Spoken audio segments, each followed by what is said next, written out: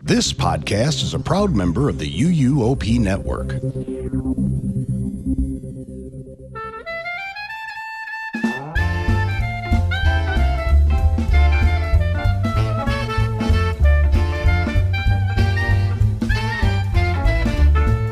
Hello friends, and welcome to the 8th episode of the Taste of Universal podcast. I'm Tracy and I'm hosting today, but this has been no fun without my co-hosts, so let's welcome Kayla, Shelby and Kelly. Hi guys. Hello. Hi friends. So cute.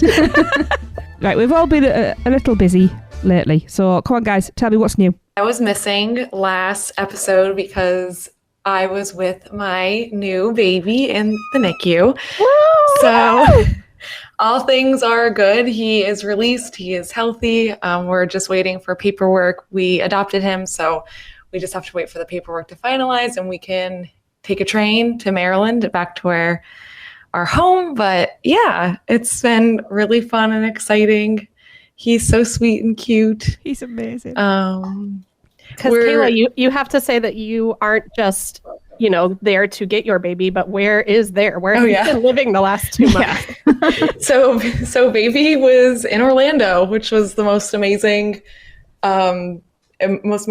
We adopted in Florida for a couple of reasons, but there was hope that we would end up in Orlando for a number of reasons. One of them being the friends nearby and having obviously Universal as a little bit of an escape. Yeah. Which the amount of times, especially when he was in the NICU, we would do feedings all day until 5 and then head over to Universal from 6 till 9 or 10 and meet up with friends. I ate a ton of food, so I have a lot to share there in future episodes. Talk about finally getting to try things I've never tried before. I had a lot of time to do it. But there were moments where I literally was crying of I'm so grateful that I have this place that, again, we've talked about it. It's the place to celebrate, the place to forget the bad stuff going on. And in this instance, it was literally both. I mean, we were obviously, my husband and I, so excited of why we were there. But, in moments where it was hard and, it's hard to see your baby with wires and stuff all attached. And again, luckily he really had a good time in the NICU, but it was hard being in the hospital that, I'm just watching this lagoon show or just walking around and getting to hear my favorite noises and sounds and go on my favorite rides. And it was I'm so thankful this happened here. I don't know what we would have done, and we probably would have went absolutely nuts. So Universal is just, again, we've already shared our stories of the most special times and added to the list that this place is in my heart forever. It's my favorite place. It was there for me when I really, really needed it.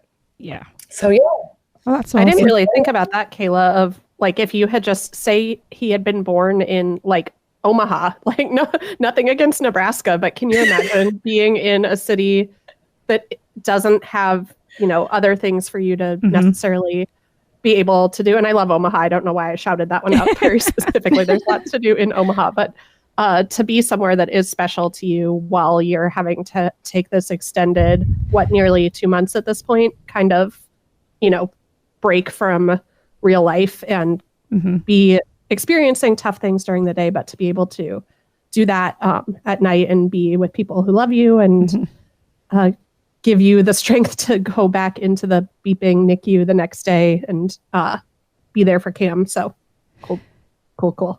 Yes. Yeah, it all just seemed to work perfectly. I'm really pleased that you had that as well, because as you know, we adopted as well, and it's such a stressful time. And ours were a little older, so we didn't have anything like the NICU, so I can't even imagine how hard that was. So I'm glad you had your extended family around you and your place to de-stress. Yeah. And it was summer with all the new summer stuff. It was cool timing. It was hot. That's probably the only negative was, oh my goodness. But honestly, because we were in the NICU until 5, we miss the hottest parts of the day. Yep. Which now that we're out of the hospital, like even just running to the car for something, I'm like, whoo. Yeah, it's hot. Yeah. Yep. Yeah. Well, Tracy, you've had an exciting summer too. What's new with you? Little thing, I just graduated. Woohoo! So, Yay! So I got to look like a wizard with a silly hat on and a big cloak. Yeah, it was surreal. And With honors too. Don't sell yourself short. You didn't just graduate. Nope. You like kicked it out of the park. Yes, a first class honors. So, Well done. yes, It's amazing. And I'm not done. I'm staying on to do my masters. Of course you are. Because I'm a glutton for punishment. Amazing. Yeah. So yeah, that's what's happened with me. That's it. Yeah. Anything with you two, Shelby, Kelly? I've been in Florida most of July, and so I got a lot of time at the parks too. I had another trip at the end of June, like a family trip fall through, but the upside of that is that I got to kind of take my time driving home to my parents' house in South Florida and spent like 4 or 5 days basically on a solo trip to Universal where I met up with friends at different parts of the day, but I wasn't there. That was the first time I've really done a trip there without a like traveling party that I was with the whole time. So I got a lot of solo time in the park. Like Kayla, I got to try a lot of new foods and just spend some good time enjoying the little things in the park that you don't always get to experience when you're with a big group of people. Yeah. And then just last week, I got to take my dad for a 3-day weekend for his like birthday, Father's Day trip. And we had a great time. So I've had an awesome summer and spent a lot of it at Universal. So like Kayla, I also have lots of fun new things to share. Yay. Shelby? Not much on my end. Actually, I've been just kind of hiding inside when I can, and the parks have been busy. So when I go over there, it's mentally tough. But today marks 30 days till Horror Nights, so I really don't care about anything else at this point. We're 30 days away, so I can't wait. That's crazy. I got all my tickets, my hotels booked, everything is ready. I can't wait. Shelby, do you do like staycation-y kind of weekends? So we'll do opening and closing weekend. Right. Obviously, depending on the hotel prices, because sometimes they're a little outrageous, but I was able to get good rates because I booked far in advance. So well done. Yeah, I'm excited. Wow. It's going to be a busy week. Yes. We're going to be there for 4 days in a row, and I don't know how my body's going to take that. We'll see. Yeah. Yeah. Predictions. When do we think they're going to drop the food menus? The week before. The week after. I was going to say, whatever it is, it's the day after we record. Yeah. We might see them before we record. If we record like week of, because the premium Scream, they'll have to release something before then. I feel like one of the last 2 years we saw it like the Saturday before. So we might see them. Okay. Possibly. So we'll see. Okay. Yes. Okay. Well, I can hear Chef firing up the grill. So here's your menu for today's episode. Our appetizer will feature the usual news section, plus trip reports from Kayla and Kelly. For the entree, we will discuss some of our favourite places to dine when the summer heat is blazing. And for dessert, we'll give you some tips on what we pack in our bags for a day at the park. And before we begin the appetizer section, just kind of wanted to circle back and remind everybody. I know we talked about this a lot in our first episode, but we haven't been super explicit if you've popped on from like the second or the 5th episode or whenever that we've got a pretty unique team assembled, and that's purposeful to give you our unique perspectives on the food at Universal. So we want to provide information for everyone about the great food on property. And it can be really challenging for someone with any kind of dietary restriction to feel, or preference even, to feel comfortable eating at a theme park. And with kind of Universal's history of food, we want to help everybody realize that no matter what, your food options at Universal aren't just limited to things like chicken tenders and cheeseburgers. And for people with dietary restrictions, helping them realize that options now extend far beyond just like French fries and fruit cups like it was when I was little. So Shelby is vegan. I have severe dairy allergies that I've had since birth.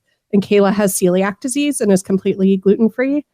Tracy, you don't have the same kind of dietary restrictions that we do, but you do have things that bother your stomach or things like that, and you bring the perspective of someone who does have preferences, and also you don't get to come very often. So the combination of being from overseas where you want to eat your favorite things every time you come to the park and try new things. So just kind of wanted to remind everybody that we bring, and we also hope to bring on guests to talk about things that none of us are able to eat and things like that at certain points. But just wanted to kind of remind everybody that that's the lens that we're providing our perspectives and preferences and favorite things through. And we'll, kind of jump around to different tips in episodes specifically for that, but also just bringing general awareness to all of the food. That's why we go over the news, even if it's something that none of us can eat or would like to eat. We like to make sure everybody knows what's on full menus in all of the amazing restaurants all over property. Yeah. Well, that's it. It's our job to help people make informed choices for themselves when they're in the parks. And we can't do that if we already give select information. So it's totally true. It's so funny because when I was looking at menus and stuff and discovering things that I don't even look at, but somehow was like, this looks new to me. Like a chicken sandwich or whatever. Like, how did I even realize that? But it's that lens, right? Like that we're all talking about everything for everyone. Yep, exactly. It's very cool perspective we have. Well, I think so. For our appetizer today, time to report on the new munchies around the resort. Today, we will be extra brief on the news because Kayla and Kelly have spent a lot of times in the parks since our last episode, and they want to share some of the things they got to experience. Make sure you are following our Instagram and Facebook page for some smaller news stories that might not make it into the podcast. For full descriptions and prices for most items, check out the Universal app for details. All right, first up from Wizarding World, white chocolate frogs have made their way to both Sugar Plum Sweet Shop in Diagon Alley and Honeyduke's in Hogsmeade. And they should also be available anywhere that chocolate frogs are sold across the resort. The white chocolate frog option joins the lineup with the best and delicious dark chocolate frogs, milk chocolate frogs, and don't fret, you still get a card of a famous witch or wizard in each box. And I don't know who wanted these white chocolate frogs. I don't know a single person that likes white chocolate. No, I saw a kid going to town on a white chocolate frog last week. Oh my God. He looked very happy, covered in melty chocolate. Nope. All right. Yeah, no. Nope. No. I'm curious how they'll sell. What does white chocolate taste like? Death. I don't. It's so different from chocolate. It's not I don't chocolate. even know what to say. There is no cocoa in it. It is not chocolate. Yeah, it is wax. It's not really chocolate. It's just like fake vanilla white, wax. Creamy. Is it like vanilla? Yeah. I guess so. But it's synthetic vanilla. That's how it tastes to me. It's just all very fake. Okay. Thanks. So if any of our listeners like white chocolate frogs, can you message us so we know you exist? Yeah. And our opinions do not reflect everybody else. You are all allowed to like what you like. Even better, if you are from Omaha and like white chocolate frogs, and we just doubly offended you. Or if you like chocolate and you like frogs. Send you a t-shirt or something. I don't know. I do think they're missing a trick, though, by not doing a mint chocolate frog. Ew, sorry. Because it could be green. You could paint them green. Yes, or you could have the little toothpaste chocolate. Yeah, the little bumpy, warty bits at the back could be the green mint crystals. Like an Andes mint, like you're eating at Olive Garden every day of your life. You just take a bite of your mint chocolate frog. Tracy, do you know what I'm talking about? It's like brushing your teeth and eating chocolate at the same time. I don't get that. I love mint chocolate. Yeah. Okay, before we go down any of the wild frog paths, here's a quick reminder to always be on the lookout for seasonal and temporary options around the park. Since we last recorded, an Olympics-themed food truck popped up near the Music Plaza stage in Universal Studios. And by the time this episode releases, the 2024 Paris Olympics will be nearing the closing ceremonies, and we do anticipate the food truck will be nearing its closing as well. The truck featured a steak au poivre burger, pommes frites, and several cocktails and mocktails. And always keep your eyes peeled for these kinds of things in the parks. And if you happen upon something new and fun, let us know. All right. Central Park Crepes also received a menu update this month. The seasonal crepe was swapped out for the croque monsieur, seared ham with melted Gruyere cheese and horseradish cream. Fun fact, it is served on a plate rather than in a cone. The vegan crepe was also changed from cookie butter to lemon blueberry. It's stuffed with lemon pound cake, lemon curd, fresh blueberries, whipped topping, and powdered sugar. And the shell is actually blue. The strawberry hazelnut crepe remains unchanged. Okay. Yes. So, Tracy, I listened to UUOP. Yes. Now, this was last week, and I have a terrible memory. What did Seth say about this? Do you recall? I have no idea. I feel like, was he asking what was different between this and the previous lemon blueberry? I think so, because I was talking about, because I'd seen the photographs that you'd posted, or one of us had posted, and said that there was blueberries in the batter, so it's now blue. I thought the first lemon blueberry crepe wasn't vegan. It wasn't vegan. Okay. So that's the difference. So the first blueberry one, I believe it had, oh shoot, I should have wrote this down, the description. It had like the lemon curd and, it was lemon mascarpone. Yeah. And it doesn't have that now, but it has a vegan lemon curd. So it's like slightly different, but also kind of the same, except vegan. Yeah, because lemon curd's it's made with eggs. Yeah, which sounds ridiculous, but it is. Yeah. Yeah. and for our European listeners, I know it's Monsieur, not the end silent. I tried. I you tried really hard. You did very well. That was multiple. You did. This is where I just clearly took letters. Spanish and not French in high school. Well, I mean, even still, they're difficult words. They are. They are. I absolutely agree. I still can't say croissant properly. So when I buy one of those, I'll just go, I have one of those curly things, please. So I love it. Yeah. I was going to say the croque monsieur is one that I think I would. In fact, I would try all of those for once. There's something. There's a place where I'd try them all. I'm impressed by that. I'm very shocked. Shelby, you had the vegan blueberry one, right? I've eaten it 3 times already. Okay. I'm not surprised, but what'd you think of it? Oh, it's so good. Okay. It's so good. I would like to try that one. Are you going to be back before the end of the summer? Yes. Like before Horror Nights? Okay. Very briefly. I'll be there Thursday evening on my way back to St. Louis briefly. So I'm crossing my fingers that it'll work for me to grab one of those. I hope so. I mean, I know. So this is the crazy thing. Like in the past with the vegan crepe, they usually stick around for a long time. All of them have been a year or more, I think. And this is the first time they've ever switched it out so quickly. Okay. So I'm interested to see if it's truly seasonal. Like I know it's a seasonal flavor, but like we had the vegan berry that, that is in itself is kind of seasonal. So, but they didn't switch it out. So I'm just curious to see like if when they take away, I'm assuming that I can't pronounce it, that other non-vegan crepe is going to get swapped out at some point soon because it's probably for the Olympics.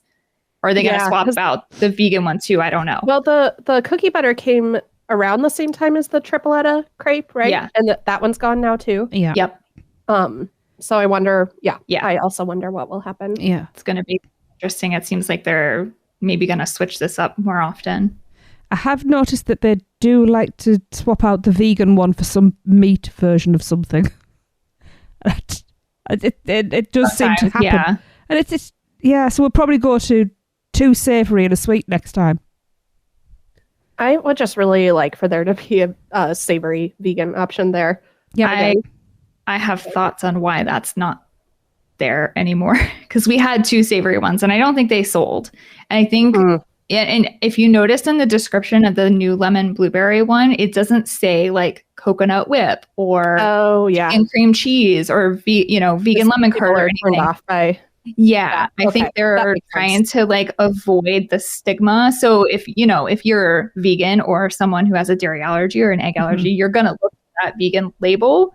But a regular person, I don't think is going to even notice that it's marked. So I think that's what they're doing. It seems like the people down the road are also doing something similar from what I've heard from my friends. So maybe that's just like a theme park thing that they're trying. I don't know. Yeah. Good detective work there.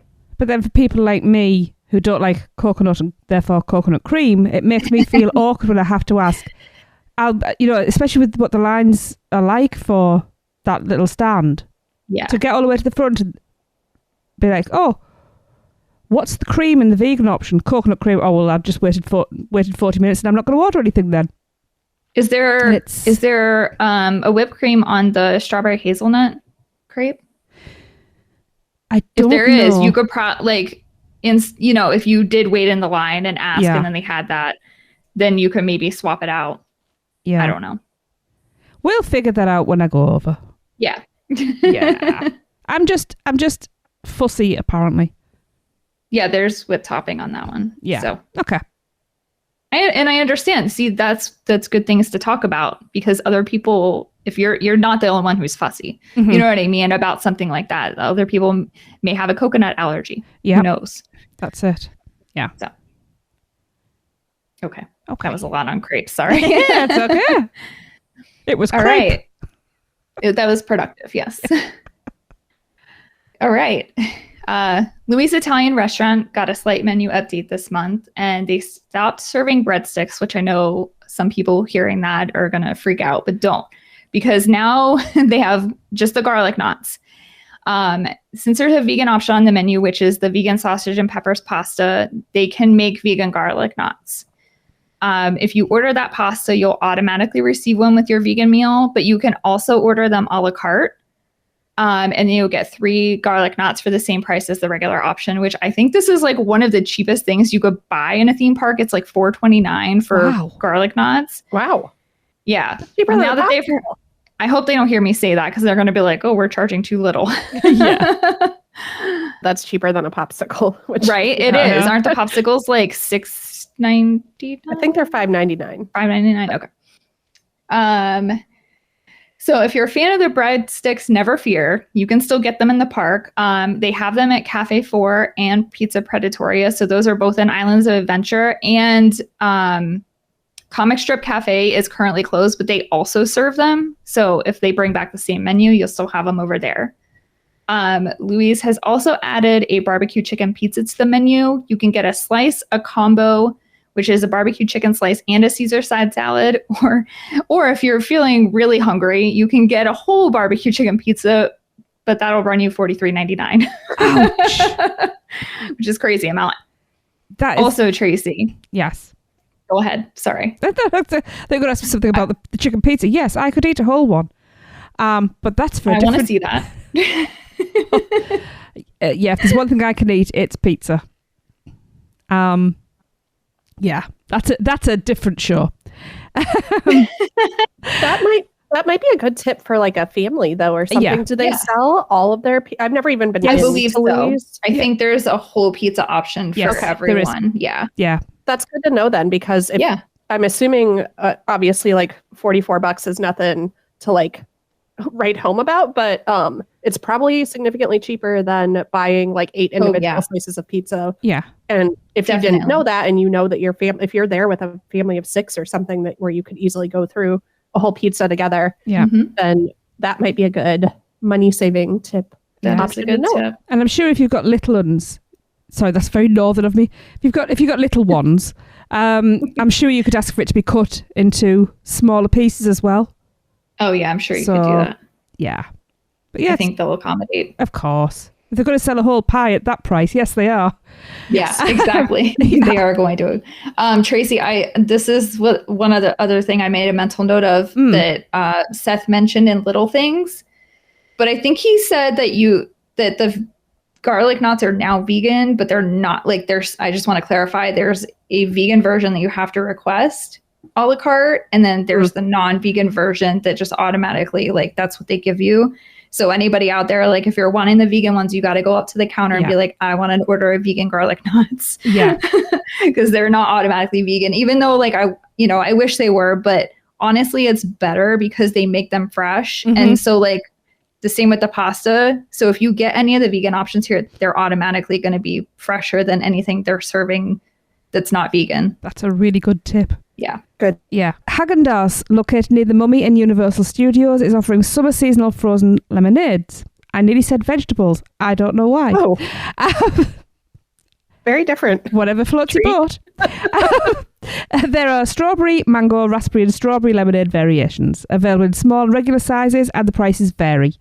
And speaking of drinks, if you're a fan of the Hong Kong boba tea from the China booth at Mardi Gras this year, you're in luck.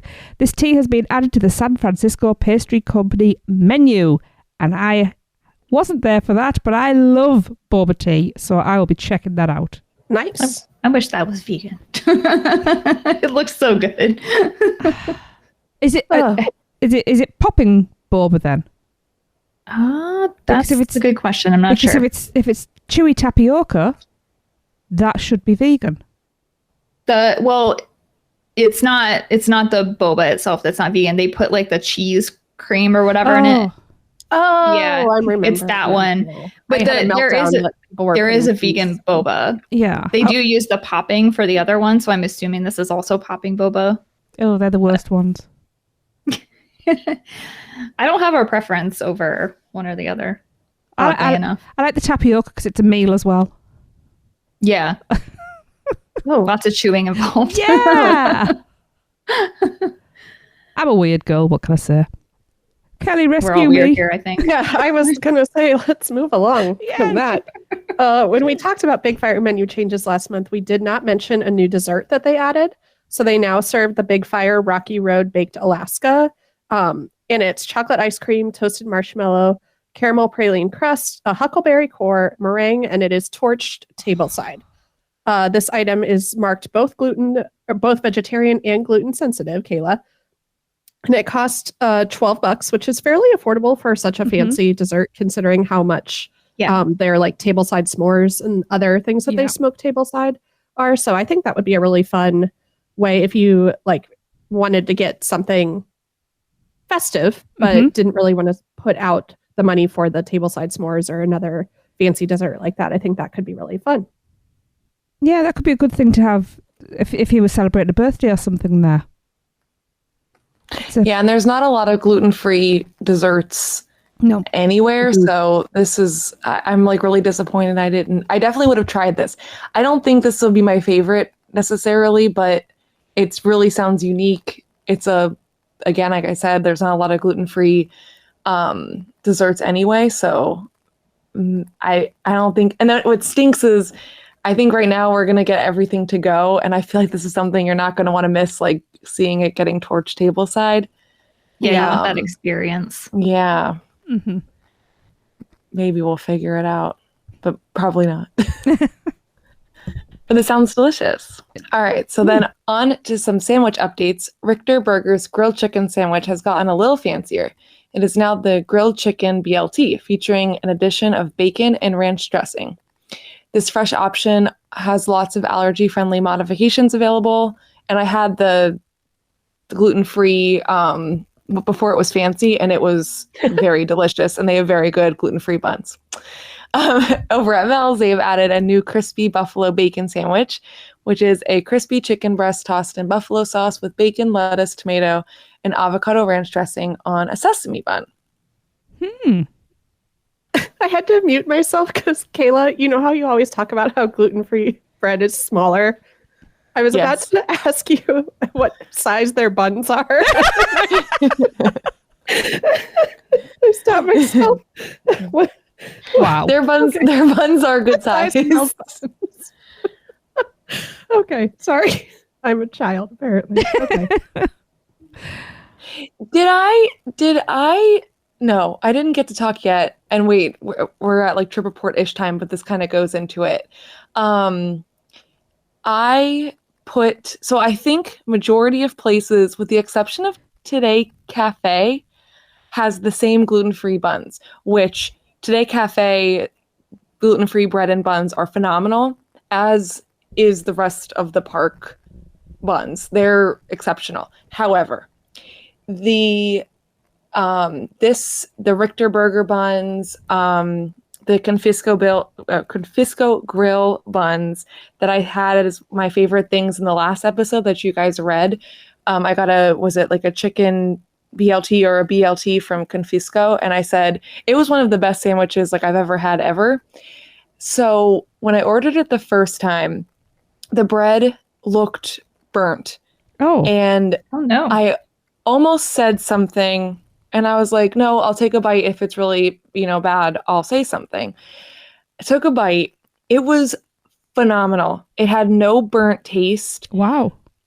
I had it again. I had it at Confisco again, like 2 days later, and they didn't toast the bun at all, and it was not good. I took off the top of my bun and ate it at the bottom. I just didn't feel it was still good, and there was enough sauce and stuff that I just didn't feel like sending it back. Then I got Lombard's. I got a lobster roll. It was on the same bun, and it's $32, and it wasn't toasted. And I was like, I can't spend $32 and have it be like inedible. Like, it really is not good. And a manager came over, because I think he saw Mark and I were both upset, and we told them. They went back, toasted the bun, and it looked toasted, like a normal toast. This sounds really nitpicky. No. It looked like what you would normally, like a toasted, like lightly toasted bun, and it still like wasn't enough. And so what I want to just bring up is, like, if you order a gluten-free bun at Universal at, like, again, not Today Cafe, but the other places, and it looks really burnt, I would say try it first. Mm-hmm. Obviously, if it does taste burnt, definitely say something. And everyone was kind whenever, like when I sent back the Lombards, they were kind. And yeah, I would definitely ensure that they are toasting the buns. Yeah. It sounds so silly to talk about buns. And then if Universal's listening, please, like, get your chefs to understand. What I think they should do is they should try an untoasted gluten-free bun and then a toasted gluten-free bun. And it's wildly different. Like, it is wildly different.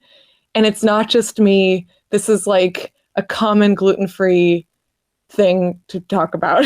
So that's my plug for if you're ordering gluten-free at Universal, make sure they're toasting your buns. Yes. So what I'm hearing then is the chef at, was it Today Cafe you said, where it was a burnt bun, but tasted great? That was Confisco. My first time at Confisco, it looked burnt and it was phenomenal. Second time, it was not. Yeah, that sounds like the chef who was on that time then had experience with those buns and has been taste tested. Yep. So he knows how to get the best out of gluten-free bread.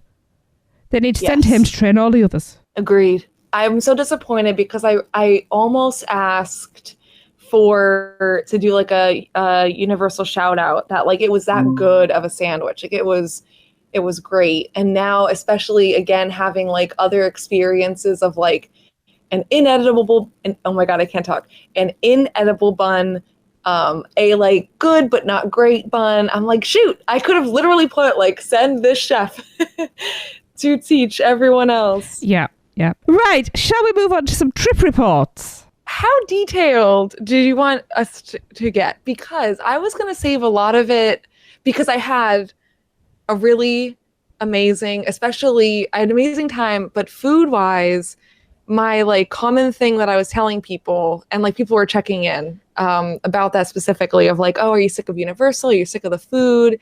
How's it going? And I had all like memorable, good meals except for one, which I thought was amazing. Anyway, my point was I think it'll get brought up naturally in like episodes. So I kind of wanted to save majority of it.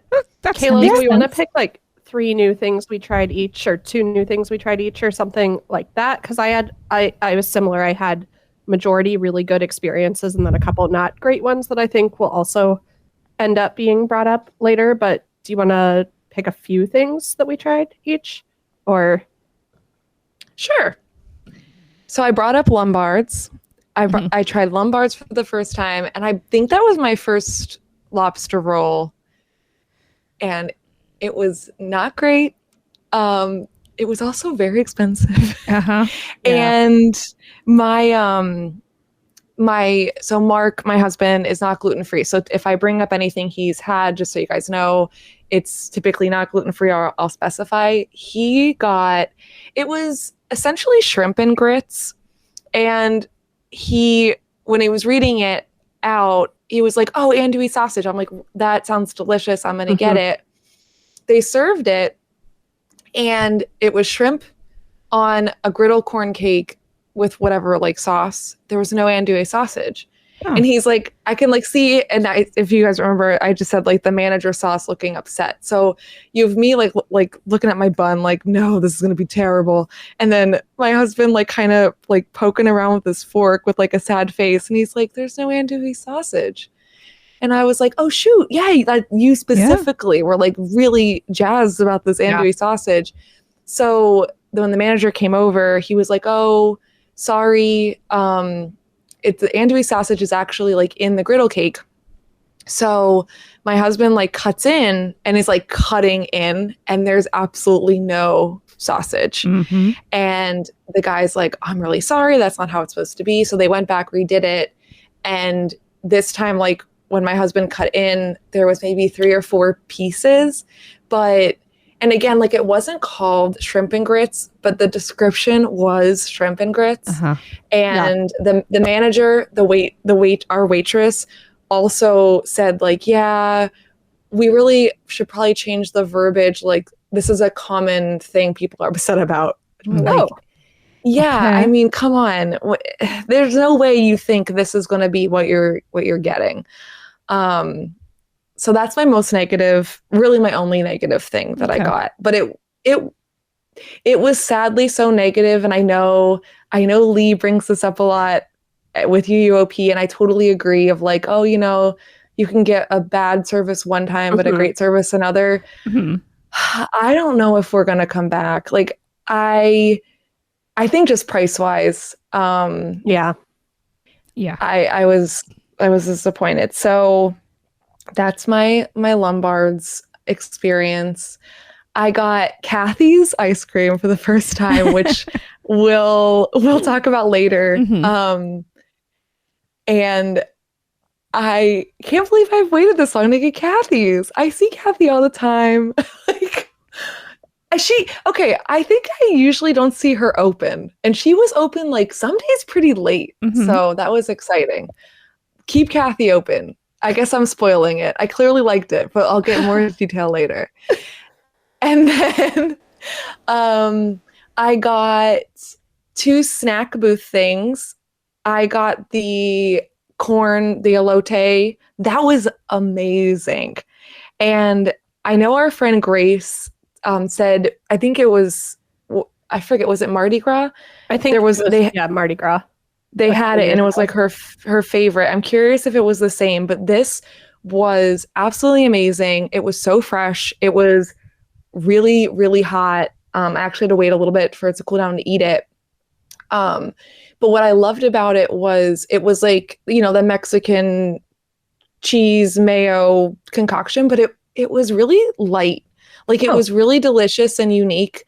But I thought however they use, and like I've had this before and it's also delicious, but heavier, and that I was a little nervous about getting it in Orlando heat. I was just pleasantly surprised that it really did. It felt like a good, hearty, but didn't sit too heavy on my stomach snack for Universal. And I got the pommes frites, which I posted in our Instagram. And if you listen to me ramble, I ordered it. The guy served it, and I was taking my picture, which he's like, you only got that for the picture. And I'm like, no, I got it to eat. It was quite a large cone of fries. I wish I had a friend with me to share. It's fine. I ate the whole thing. All good.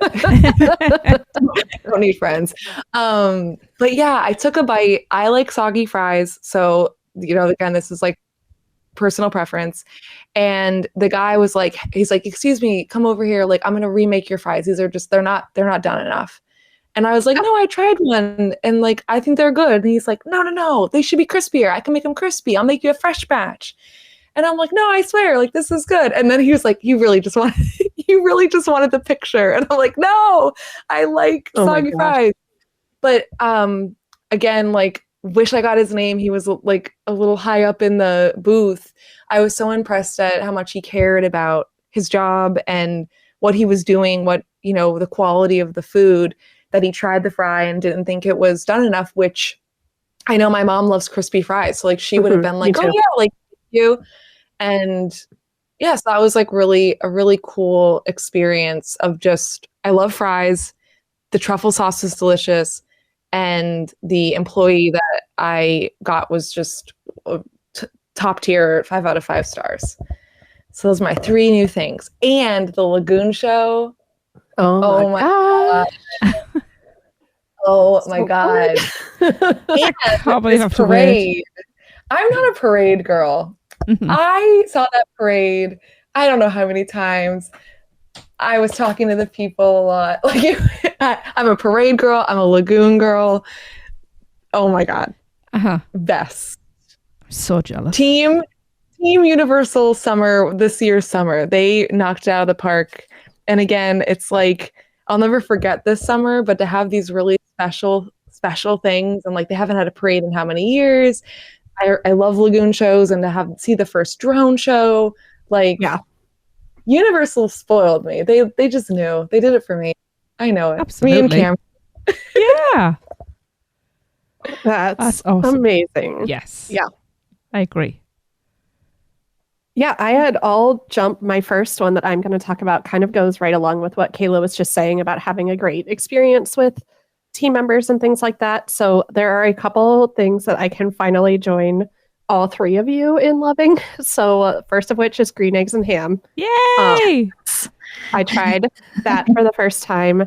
It's one of those things, I'm used to looking at something like a stand and there not being a chef on site there, that the chefs are stationed at, the restaurants and the bigger quick service places and things like that. So it's a pain in the butt for something like that to be like, oh, well, we have to go find someone so we can ask. And, the line is always really long there. So it's a place that I've kind of avoided. But you guys have definitely, in doing this podcast, made me want to just give it a shot. And I got there. I got it on the day that I was driving. I'd driven from St. Louis to southern Atlanta, and then drove from Atlanta to Orlando for a couple of days, or to spend a couple of days there. And so it was like, I parked my car at City Walk. I walked in and I walked straight into Islands, and there was no line at Green Eggs and Ham whatsoever. It was 2:00 in the afternoon. I was starving. That's unheard of. Let me just ask. And I walk up to the guy at the window, the team member at the window. And I was like, hey, I have food allergies. And he was like, stop right there. I'm going to go get the chef. And just walked 4 feet over, and the chef came out. It's like, oh, there's someone on site who knows this kind of stuff. That's awesome.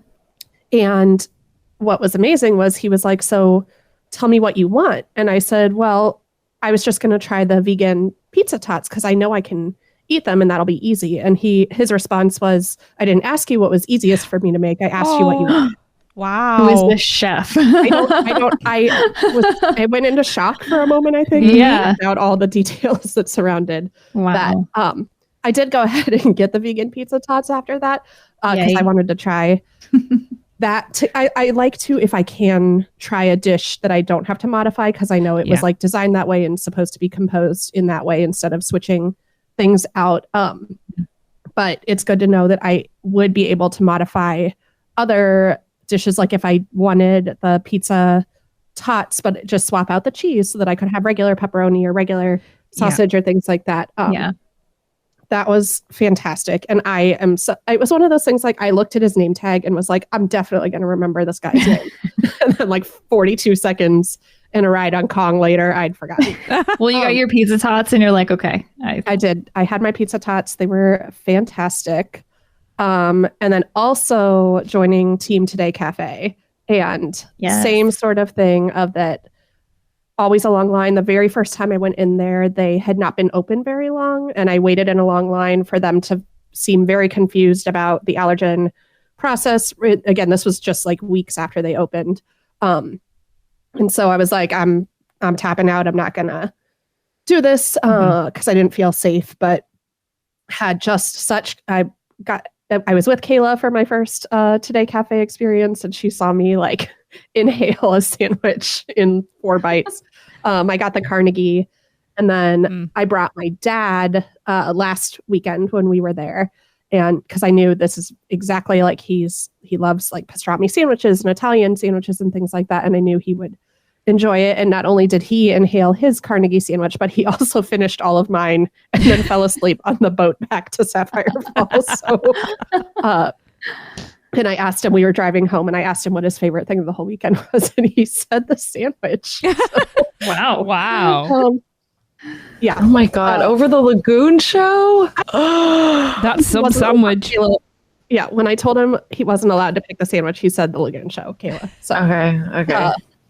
Slight redemption. The Today Cafe, same exact thing happened, guys. We had an amazing experience with the chef at Today Cafe, which, Kelly, I don't know if you experienced this, you reminded me, they seem to have a new procedure that if you order an allergy, and I'm assuming vegan, vegetarian preference, I'm not sure, but allergy, that they have a paper now that they fill out. Yep. Which made me feel even more safer. But yeah, this Today Cafe woman was just absolutely phenomenal with both of our allergies. And then we went 2 days in a row because we had such a good experience. And we went on June, the last day of June, and then the first day of July, which was the end of Pride. And I got the Pride sandwich, which was just phenomenal. It was great. And they had it on, I forget how exactly it was. They had the Pride sandwich. It was still on the menu, but it was not on. They had the stuff for it, but it wasn't on the menu board anymore, I think is what, or the little thing. Shelby, you were there too. The picture or the like fake one was sitting out, I think, but it wasn't on the menu board anymore or something like that. Yeah. And then we said we were going to get allergies, and the same chef came out, and she's like, "Oh, you guys are back. You got the Pride sandwich yesterday. You're going to get something," or I forget like what I had ordered. Like, "Oh, you're going to get this." And I'm like, can I get the Pride sandwich? She's like, "Oh yeah, girl, I'll make you a Pride sandwich again." So she, without it being on the menu, it was just so easy and great. And it'd be really funny if she listened to this and have messaged us like, "Oh yeah, you're Pride sandwich girl." It was me. I mean, even to the point of she went out of her way to make sure that I knew Kayla's sandwich was not safe for me to try, even though Kayla had gotten it with the vegan cheese. She was like, just to let you know, like, even though she got the vegan cheese, this would still contain dairy in case you were thinking about trying it. Like that's the above and beyond level of service that is making me such a big fan of these parks. Yeah. Yeah. And then just quickly, something that we really haven't talked about on this show very much, through a series of circumstances that I'll explain at a later date. My dad and I ended up at Island's Dining Room, and I did the wok experience for the first time. Oh, wow. Had a fabulous meal, very allergen friendly. I would recommend that if you go later in the evening, we were there kind of right when it opened, that the like buffet-ish section of, if you have any kind of allergy, that I would ask for fresh things instead of going off of the buffet, because the items themselves may be safe for you to eat, but when you trust food to the general public, people are going to use the wrong tongs for the wrong salad and use the spoon from the ranch sauce to dip it in the barbecue, whatever. Not that there was barbecue sauce at wok experience, but that sort of thing. But just, there was so much food. I think it was a great value for the price with how much food you get for what you order. And there was a vegan dessert. So I actually got like a 3-course meal. I was about to ask you, what vegan dessert did you get? The little chocolate cakey thing with the raspberry on top.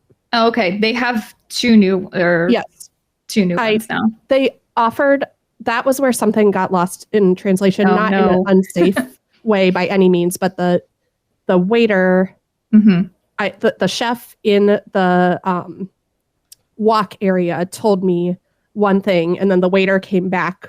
I said, the chef had said I could get the vegan desserts off the menu as well.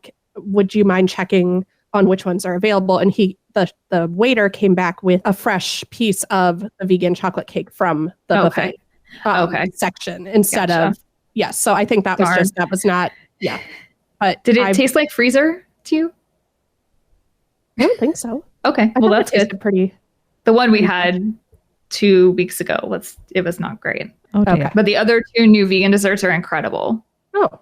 So, but yeah, just had a great time. Good That's stuff. Awesome. It sounds for both of you. Yeah, like with the parade and the Lagoon Show. I'm very jealous. Oh my gosh, that Lagoon Show. It's incredible. It's incredible. Killing me. I got to take my mom for the first time since, oh my goodness, I think Hogsmeade. I think when Hogsmeade opened, that was our last trip. I went with them. Wow. Yeah, so there was a lot of new stuff. Okay, so she freaking loved Kong, even without the glasses. That woman went bananas for it. Like, pardon the pun. Hey. And one of the newer UUOP episodes, you guys brought up again how like Kong without the glasses, like me, and I'm like, my mother was obsessed. She loved the Lagoon Show. She loved Gringotts. She made me laugh to her, which I'm curious if you know other people or if you guys feel the same way. So in Gringotts, so she was getting herself psyched out at drops. She got really sick years and years ago on the Hulk. It like ruined her day. She couldn't ride anything. And I think she's like made this like brain block and like, I forget what we rode. And I think she like psyched herself out and then made herself a little bit sick because she psyched herself out. So I was trying to save things as much surprises as possible, but giving her a little bit of warning so she didn't do that again. So with Gringotts, I was like, there's one drop. It's in the beginning. Don't freak out. That's it. Mm-hmm. And then with the 3D, when the troll like pulls you and you fall, she like legitimately screamed like, Kayla, you lied, there's a second drop. And when we left, I was like, Mom, I'm not telling you about like fake 3D drops. And she's like, but they feel real. And I'm like, no, they don't. So anyway, not to insult your mom, but I had the same exact conversation with my niece last summer when we went on Mickey and Minnie's Runaway Railway after another ride. And she was like, yeah, Kelly, you said there's no more drops, but she was 5.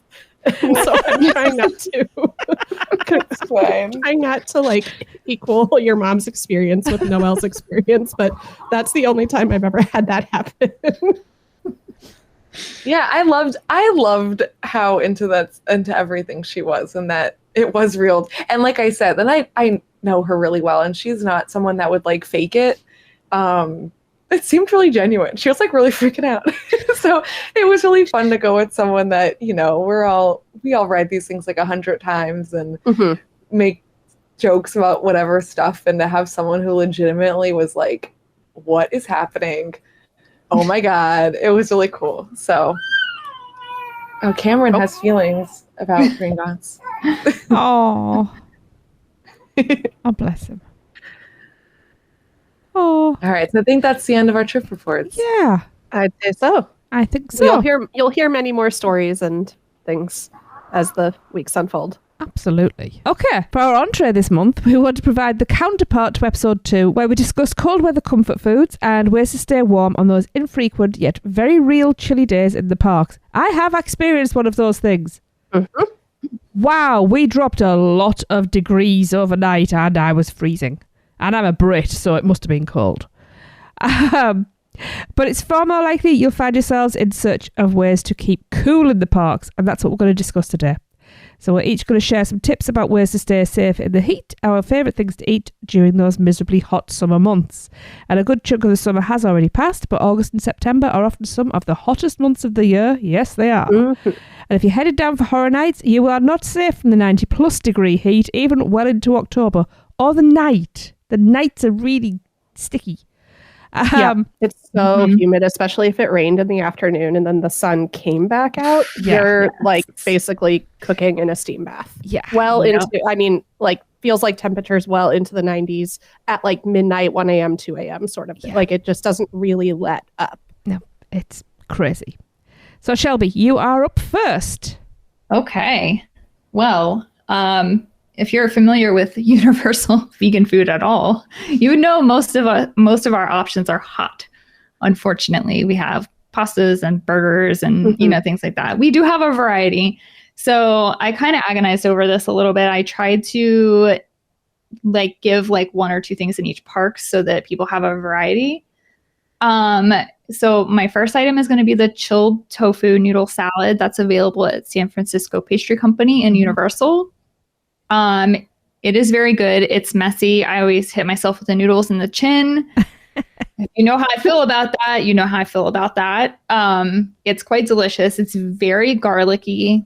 The sauce is crazy garlicky. It doesn't go away after. You'll know you ate that 2 days from now. But it's delicious. So, it's not one of those things you're going to be that mad about. Okay.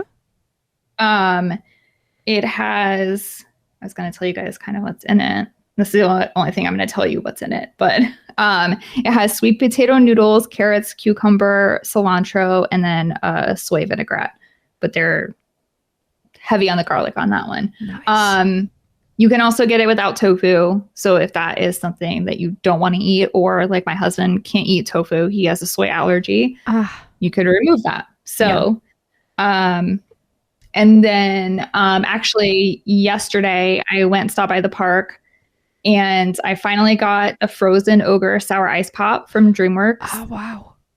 And I tried to get it when they did the pass holder preview, which I got a reservation for, and then I go and they didn't have the ice pops at all. So that was fun. we rode the coaster and we were like, okay, we don't know what else to do. I came here for the food. But that was really good. It's actually kind of sour, which I was surprised by. It Kayla, I see you typing and I'm going to tell you something about that in just a minute when you get to yours. So it is a little bit sour.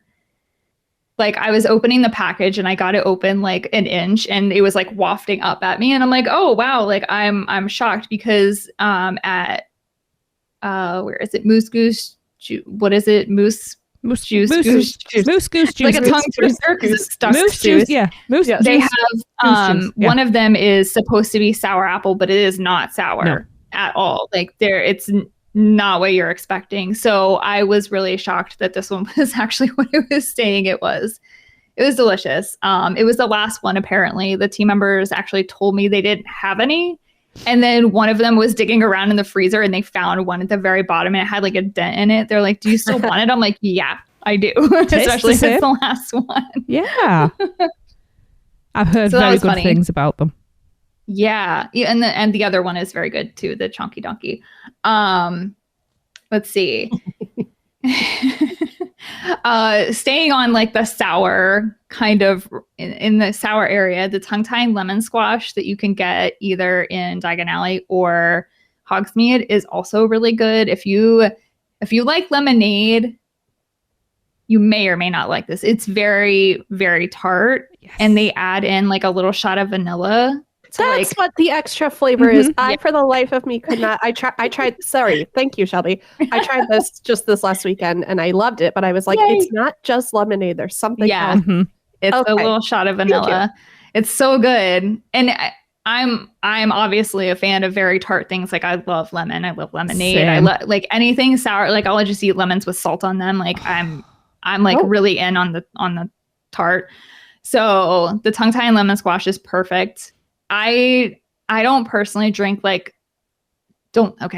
sometimes I do, but I don't typically drink soda or any sugary drinks. If I'm at the park, I'm probably drinking water. Mm-hmm. But if I want something that's not water, that's my go-to. Okay. Nice. And then you can get a vegan pasty depending on where you're getting the lemon squash. But that was my breakfast on Saturday. I saw your photo. I was like, that's how you do it. It was fantastic. What time did you get that, by the way? Do you know around was it 11 o'clock? It was earlier than that because it was still because it was it might have been 9:30 or 10. Oh, okay. Because we tried to go one time recently and it was pretty early and they were like, oh, we don't have vegan pasties yet. I was like, dang. I'm sad. No, it was solidly in the breakfast time of day. Very nice. Okay, well that's good. Maybe they were just that day. They were. It was a little slow Saturday to make too, them. so that might have. Yeah, which is probably when you went as well, but still. It may have been. I don't. You know what? I don't even know what day it is anymore.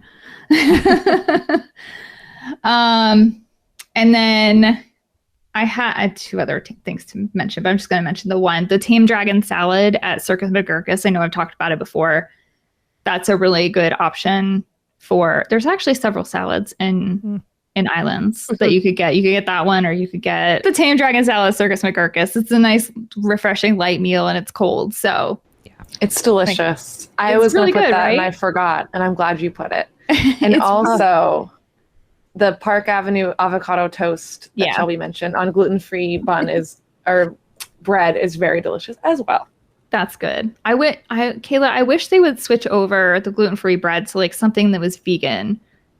I know they have options. I know at Disney they have options for gluten-free that's also egg-free. And I'm like, the gluten-free and vegan options would be so much more plentiful at Universal if they would just make that one switch. Just that one. But I would imagine with bread, that's difficult. It might be. One of my favorite gluten-free breads that I get at the grocery store is also vegan. So maybe not. I'm just imagining like a bread without wheat and without egg. And like, what is that bread? I don't know, but it exists. But yeah, I think that's it. Kayla, I see something on your list that I also would have mentioned. So I'm glad you're mentioning it. Okay. And I know I saw there's stuff on our Instagram, so I'll talk about it. So, first of all, apparently all I can think of was like ice cream. So majority of my stuff is ice cream. Nothing wrong with that. Yeah, I'll eat ice cream as my meal. I don't care. My first one, which surprised the heck out of me, everyone was talking about overnight oats at Today Cafe. And I'm like, there's so many things to get at Today Cafe that are amazing. Why am I going to get these boring oats? And especially, and correct me if I'm wrong, because how I got it, it was already pre-made. Like I just grabbed and go. Yeah. I didn't order it, make it. Yeah. So I'm like, what? Grab and go? I'm not going to do this. And I'm 99% sure I got this at the beginning of my trip, which is, I've been in Orlando for 2 months. Cameron has been in the NICU for 2 months, guys. So I'm losing my mind on time now. here. He has busted out of that. He's out. He's out. I'm just, as I was like reading my list, I was like, wait a second. This feels like it was like months and months and months ago, but it was actually only 2 months ago. The overnight oats are delicious. They're so good.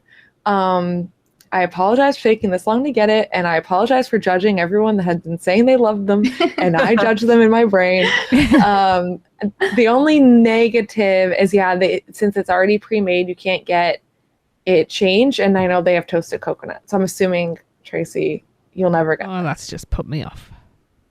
Yeah. Yeah, I don't know. Sometimes. That's a good point, Kayla.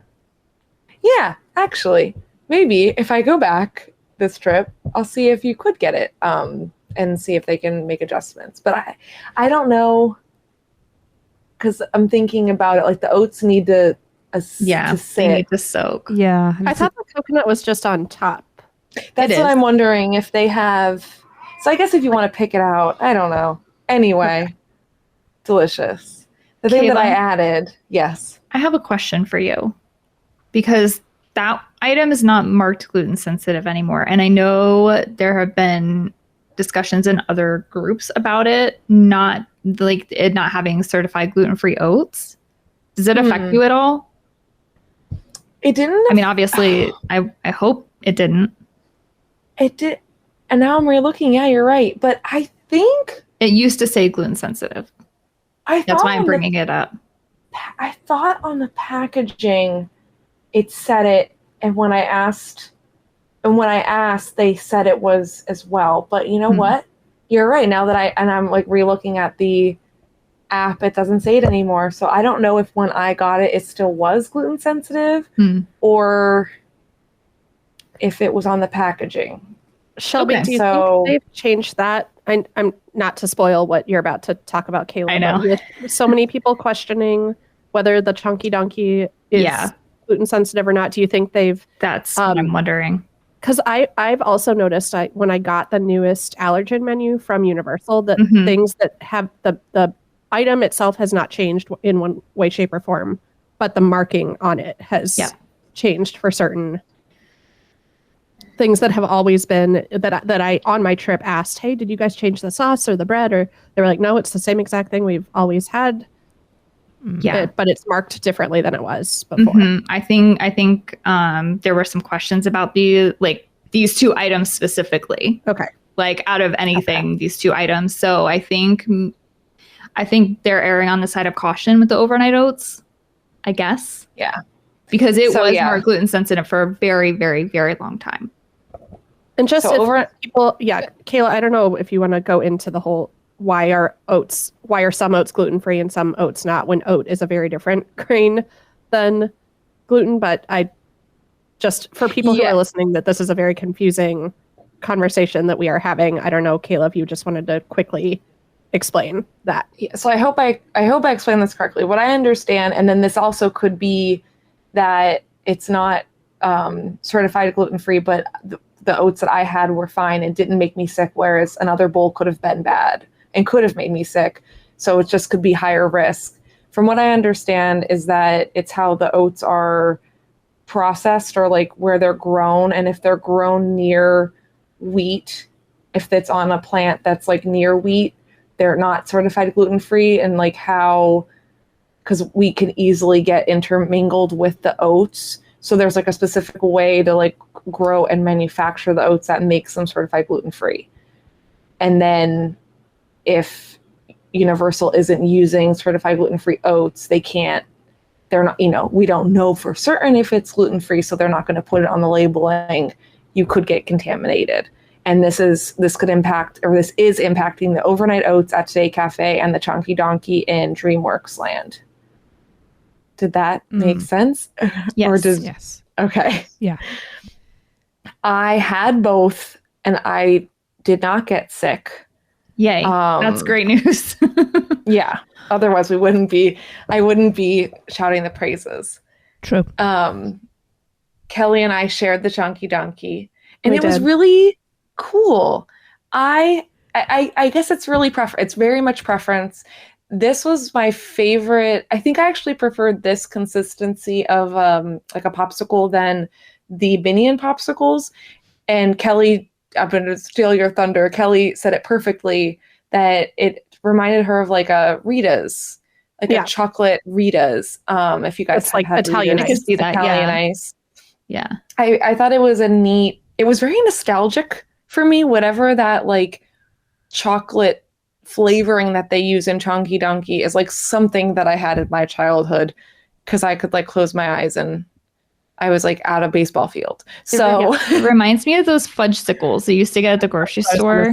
Like a good old Mr. Goody, like from the ice cream truck. Yeah. Fudgesicle. Yeah. So yeah. And again, reminder, overnight oats, Chunky Donkey, maybe risk if you're gluten-free. So I gave those as things that I enjoyed, but depending on where maybe Universal will go back to a certified gluten-free oat brand and we can see it change again. But currently we're not there.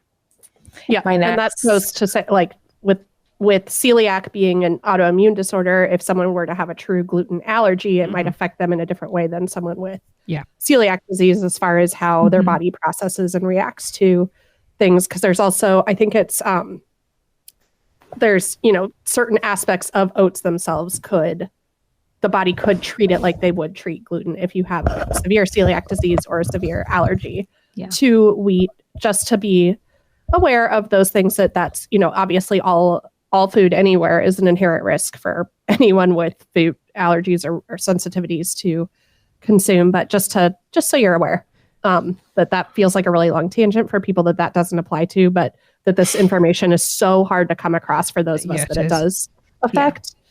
Yeah. And so feel free to skip ahead when we go off on details like that, but it's really, really important to people that it does impact. And so that's, again, kind of circling back to what we talked about at the beginning of the episode, why we go so in depth on these, like, what does this symbol mean here versus this place, and those sorts of things. Because while the packaging on the Chunky Donkey doesn't say gluten-free oats, the popsicle is marked gluten-free on the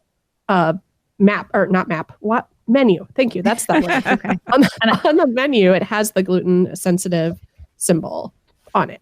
And I went to check that yesterday, actually. That's why I was there. Okay. From my friend Gina. So it is still marked as gluten sensitive, unfortunately. Okay. I'm glad you brought her up, Shelby. So Shelby's friend Gina runs Gluten-Free Universal, which we posted. When I posted the picture of the Chunky Donkey, I tagged her in it. She did a really good, really informative post on her Gluten-Free Universal page that has all of the details of the incredible work that she did to figure this out for everyone. She went back and forth, it seems like, a whole lot of times with a lot of different people. It was a lot. Figure this out. Cool. All right. Okay. Keep going. So moving on to, that's okay. This is important. I brought up Kathy's. I finally got her sundae. I found the menu humorous. First of all, and I think it was $5.99 for a sundae. It was either $5.99 or $6.99. I'm like, what is a sundae? Like, a sundae could be a million things. So I went up and asked. First, okay, I'm going on a tangent. I got a root beer float, which was amazing. It was pretty large, and I think that was like $6.99, and it was like a nice amount. And my husband made a really good point that it was the same cup as like a freestyle cup, like not the refillable, but just if you buy a one-time soda. Mm-hmm. So that was the size of the soda float, which I thought was like pretty good. That's a lot. So yeah, that was a lot. Yum. I also, Shelby, like, I drink soda super, super rare, and like it's like a big deal. Like, I tell everyone all day, like, I drank soda. I got a soda float. Like, it's like a big deal. I love it. So I was really jazzed about my Kathy soda float. So jazzed that I got a sundae. And the family in front of me, it was like a large family. They English was their second language, and there was a lot of like, I don't know, back and forth, and like they seemed to be really trying to figure out what to get. And I'm like, what are they doing? First person turns around, plain vanilla in a cup. Second, plain vanilla in a cup. Third, all like 9 people got vanilla in a cup. And me and my friend were like, what? Not what I expected. No. Which then we were like, maybe the chocolate's broken or something. Nope. Wow. So, and a sundae is again $5.99, $6.99, something around that price range, and you get chocolate, vanilla, or twist, and you can get a wet topping and a dry topping. So like I got hot fudge and peanuts, and the person that made my sundae, she's like, oh, I'm sorry, I put like way too much hot fudge, and she handed it to me. I know. She handed it to me as it's like dripping all over me. It's so packed. It's just so packed, and I'm like, this is the messiest experience of my life. Like I wanted to like walk and eat, but we ended up just sitting because it was that messy. And I'm like, I'm not mad about it, because the amount of ice cream and hot fudge that I got was like top tier. So nice. Yum. It was, again, nostalgic. It was very good hot fudge. It was a quality sundae that I cannot believe it's taking me like years of my life to get. And I just walk past her and think, why am I ever going to get that? It's like, because compared to Florian Fortescue, it's like, I'm going to get that. But oh no, there was like something about this like nostalgic sundae that was much better deal. You got a lot more food for less money. Kathy's. Yeah. I've never tried Schwab's yet. What? Well, that one's on my list. Kathy's, what brand is the ice cream? Is it Ben & Jerry's or Häagen-Dazs? Is it soft serve though? Or is it somebody else? Yeah, because it always used to be Ben & Jerry's. I'm trying to look it up right now, but it was soft serve. Oh, so I didn't think it was Ben & Jerry's anymore though. So they've taken all of that. Yeah, Ben & Jerry's has gone out the park. I'm very salty about that. I am too, because they took away our vegan ice cream options. Now we have sorbet. Yeah. They took away one of the few ones that I could have, which we don't get over here anymore, and that was the Cherry Garcia. It's one of the few that doesn't upset my tummy. But I was just wondering who'd replaced the Ben & Jerry's. I don't know, because over at Chill Ice Cream, they've got a vanilla soft serve as well with the Dole Whip. So I don't know. Yeah, because I went to Kathy's years ago and it was soft serve and hard pack. Yeah. I think it was just soft serve now. Yeah. It was a really simple menu. I don't think I explained my story well. It was also humorous. Yeah, the menu was like, it was just so simple. It was too simple. Yeah. Like it was just like ice cream, but no explanation of flavors. Sundae. Okay. Well, what's in a sundae? Like, yeah. I see. So your poor vanilla ice cream family people. Yeah. Were just... Yeah, maybe they just didn't know. Yeah. Anyway. Kelly, did you find out what ice cream it is or no? What no, ice it doesn't cream they're say. serving? Okay. It doesn't say. I can check if I end up over there on Thursday night. I can check. And then plug in for Ben & Jerry's. Like, oh, I hear a lot of people miss Ben & Jerry's, and then like walk away like with a face. Yeah. Those are the kinds of things I'm so good at, Kayla, you know, being smooth and things like that. Not really on my list of good skills. All right, more ice cream places. Shelby, sorry, where did you just say again? You brought up the Chill Ice Cream. They have like 3 new Sundays. Oh, that's what I meant to add to the show notes. Yeah. We'll talk about it next month. Okay, we'll talk about it next. They look really good. Yeah. I didn't get one, but they looked really cool. So stop by there. And I forget what they are, but they looked neat. One I do know, I brought up before, is Volcano Bay, the Waturi Fusion. Again, it's like kind of hidden. Make sure you get it if you're getting ice cream there. Do not get vanilla or chocolate. You save vanilla and chocolate for Kathy's, and you go to Volcano Bay and you get Waturi Fusion with all the fruit. Yeah. That's the rules. Little side, this isn't like specific to Universal, but there's a lot of them closed down because Froyo apparently was like a huge deal and then it went away pretty much. But Benchi's at City Walk. Actually, when like Mark and I were leaving one of the days, he was like, I think people just like forget about Menchie's. Like, it's a nice, if you want a quick, it's a grab and go, you pay by the weight. So if you are like on a budget, if you just want something small, or if you had a bigger meal and you wanted like a smaller dessert, it's really nice that you can make a big sundae with all, everything you want, or you can make a little one. Yeah. So I recommend Menchie's. Like, it's like up the stairs by like Voodoo Donut across from the tattoo place. And then my last one that I put, which I'm like, it's a little heavier than the other ice creams, is the Cowfish alcoholic milkshakes. I had the King Lives, which I know I talked about, and that was really, really delicious. And then another one that I had was Pearls of Wisdom, and it has boba balls, and they're amazing. And it was like, that was a lighter, it wasn't a milkshake. There was like a nice light fruity drink. Okay. And there was a chance, as you guys know, with adoption and my baby, I didn't know if I was going to be here today, and I left notes, and I'm chuckling that had I not been here, all I put for this was Pearls of Wisdom comes in a fish. And I kind of wish I could have heard, like, what does she even mean? So it comes in like this fish glass that clearly is like the number one thing that stuck out to me when I ordered it, was that this drink had boba and it was served in a fish glass. And I think I told them, like, I really wanted to steal it, but I'm nice and I won't do that. No, I asked if I could buy it somewhere, if they knew where they bought their fish. And they said no, but that people try to steal the fish. Oh, wow. Don't steal the fish, people. Don't do it. Oh, I've just looked it up. It's like a puffer fish. Yeah. That is the cutest thing. Yeah, I can see why people would want to steal that. Oh my God. If I find it, I'll let you guys know where to buy the fish. And maybe we'll do like a thing. A listener can win a fish. Oh gosh. That'd be cute. That'd be funny.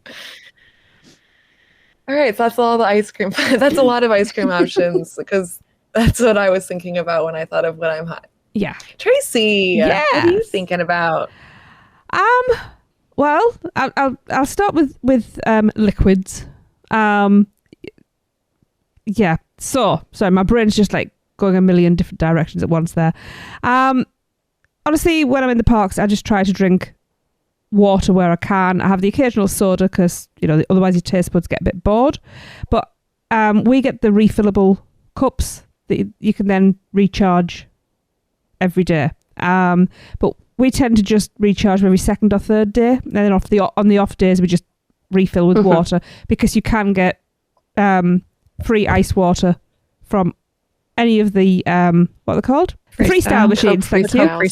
Or if you're passing by a stand that serves beverages, you can ask for a cup of water there as well. Can I jump in? Yes. Because this is a really good note, Tracy. Most of all of these freestyles should have ice. However, if you can imagine, it's very hard to keep up with it. They have to, you'll see people filling them up, right? Yeah. So with how hot it is, how much people are using ice and melting, try not to get mad at Universal employees for not being able to keep up every single Coke Freestyle machine because there's a lot of them. Yeah. There's a Coke Freestyle land. That's what I call it. And a couple people have laughed at me. I'll be like, Coke Land. Yes. Next to Men in Black. Yep. That is like a little indoor. And I think if the majority of them always typically have ice, and now watch that one's not going to have ice and someone's going to be like, Kayla, tell me.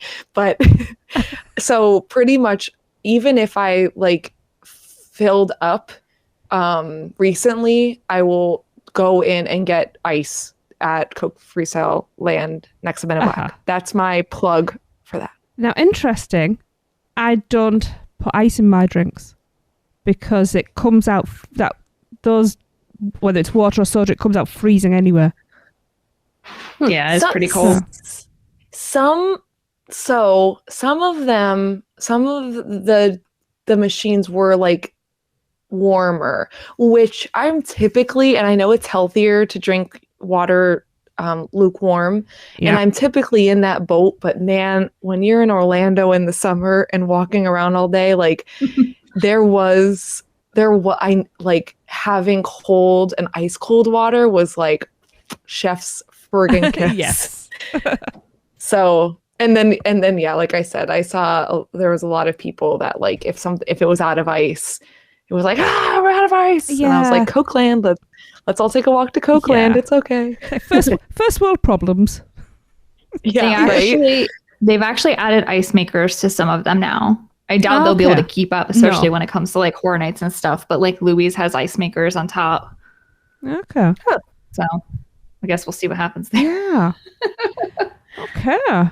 I'm also going to Cowfish, and Cowfish obviously sushi, and I really like my sushi. And this I've gone with the Moriawasa double juice sushi platter because it's quite refreshing. And being cold as well, I think that helps.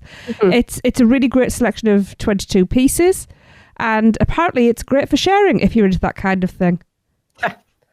Nope. That's a love how you say Moriawasi. I don't know. However, Tracy, you could say that to me every night, and it would put me to bed. It was so beautiful. Wow. Hey. I just when we were, I don't know, it was the last, no, it can't be the last time. When we went the first time I ordered this, the server was, well, I'll put it on the order sheet if you can pronounce it. So I looked at it and I thought, well, it's Japanese. I'm learning Korean. It's not going to be that much different. So I said Moriawasa, and he looked at me and he went, oh, okay, and wrote it down. So obviously I must have hit on it and got it right. There you go. And it was like, see, the stupid Brit does know something. I probably still got it completely wrong. But yes, I find that quite, even though it's very filling because I'm the pig and eat the entire thing. That's plus Cowfish has good aircon. Yep. At Schwab's Pharmacy that was mentioned earlier. Now, as you know, I don't eat ice cream often because I'm mildly lactose intolerant, although I have just realised that that's other people's problems. Just saying. This place has got really great sundaes, even if they've changed from Ben and Jerry's to Haagen-Dazs. And yeah, we've been in. It's hit and miss when it's open. It seems to be a lot more regularly open now. But then again, and I haven't put it on here, and I don't really know why. Since Florian Fortescue's opened, I tend to head over there for the butterbeer soft serve because that is top tier. So that should be on there. So tag that on too. And Big Fire, the Cobb salad is really good. It's a wood blend, which I don't remember choosing a wood. Grilled chicken, sliced bacon, corn, sweet potatoes, avocado, goat's cheese, egg, almonds, honey barbecue dressing, and cornbread. And you can customise, because I was going, you can take that out, you can take that out, you can take that out, and you can add more of that. So but it was a hearty portion, but still light. But again, a lighter flavour and that cool mouthfeel. That for me would be a really great summer lunch or dinner. Nice. That's it for me. I'm gonna try that next time, Tracy. I don't think I noticed that Cobb salad, and that sounds delicious. Yeah, so I'll let you know when I try it. Yeah, I like it. Thanks for the rec. You are welcome. Awesome. Well, Tracy, you and I are having dinner together at Cowfish apparently, because that was my first one. Also, my favorite roll from there is called the Jen's Fresh Find roll. So it's tuna, cucumber, and green onion on the inside, and then it's topped with salmon and avocado. And then you also get a little side of spicy poke. Ooh. So it's great because it's the roll is pretty simple but very fresh, and then you get the little side of spicy poke to kick it up a notch. Yeah. Excuse me, Kelly. Am I not invited because I'm with my fish? Is me and my fish on a date, and no, you and Tracy? I think it's because it was the first thing that Tracy and I both thought of. But yes, you can come to Shelby. You're obviously invited as well. I think that's a blanket statement that anywhere we are, anytime we're all in the parks, we should be together. Is what happened. Sorry, Kayla. I'm going to date with my fish. Me and my fish are at our own table. You're going to sit at the bar with your pink robe on again and throw shade at us from across the restaurant. I almost said Jigglypuff. I know that's not what it is. Wow, I'm on a roll. Okay. So yep, sushi is a good fresh choice. And then I also just when I got to meet up with Shelby, I gave Finnegan's its second shot like 15 plus years later and had a really good experience. So Finnegan's is back on the nice list for me. And I got their Dublin chicken sandwich, which is grilled chicken breast, bacon, lettuce, tomato, and then I just got it without the cheese. I can't remember if there was like a mayo sauce on it. Again, I ate so much food over the course of different trips, I'm having a hard time keeping those little details straight. I didn't see that on the menu description, but the chicken was actually like really flavorful, and it's hard to get just a grilled chicken breast that's A, cooked well, and B, tastes like anything. But this one was really good. And they toasted the bun again, which was great. And then taking a little departure from the parks, I love, if we're trying to get out of the sun, doing like a chill pool day in the middle if we're staying at a resort.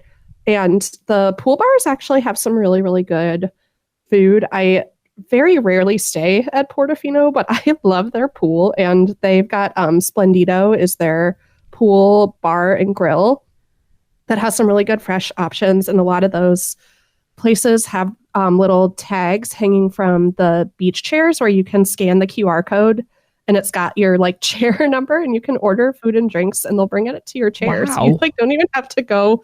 And that was just happened at Sapphire Falls with my dad and I too. So that's not like a specific to Portofino or the Premier hotels. But they have good fish tacos. They've got salad. They've got sandwiches, and those are Lowe's, so you're going to kind of get the same club sandwich that you would get at any of the Lowe's hotels at their restaurant. But it's just a great way to keep cool. You can hang out at the pool, eat something fresh, grab a drink. Like I just love Portofino Bay's that whole pool area is a really great way to chill out. And then Kayla, I'll join you and your Waturi fusion at Volcano Bay, where I kind of like your overnight oats, Kayla.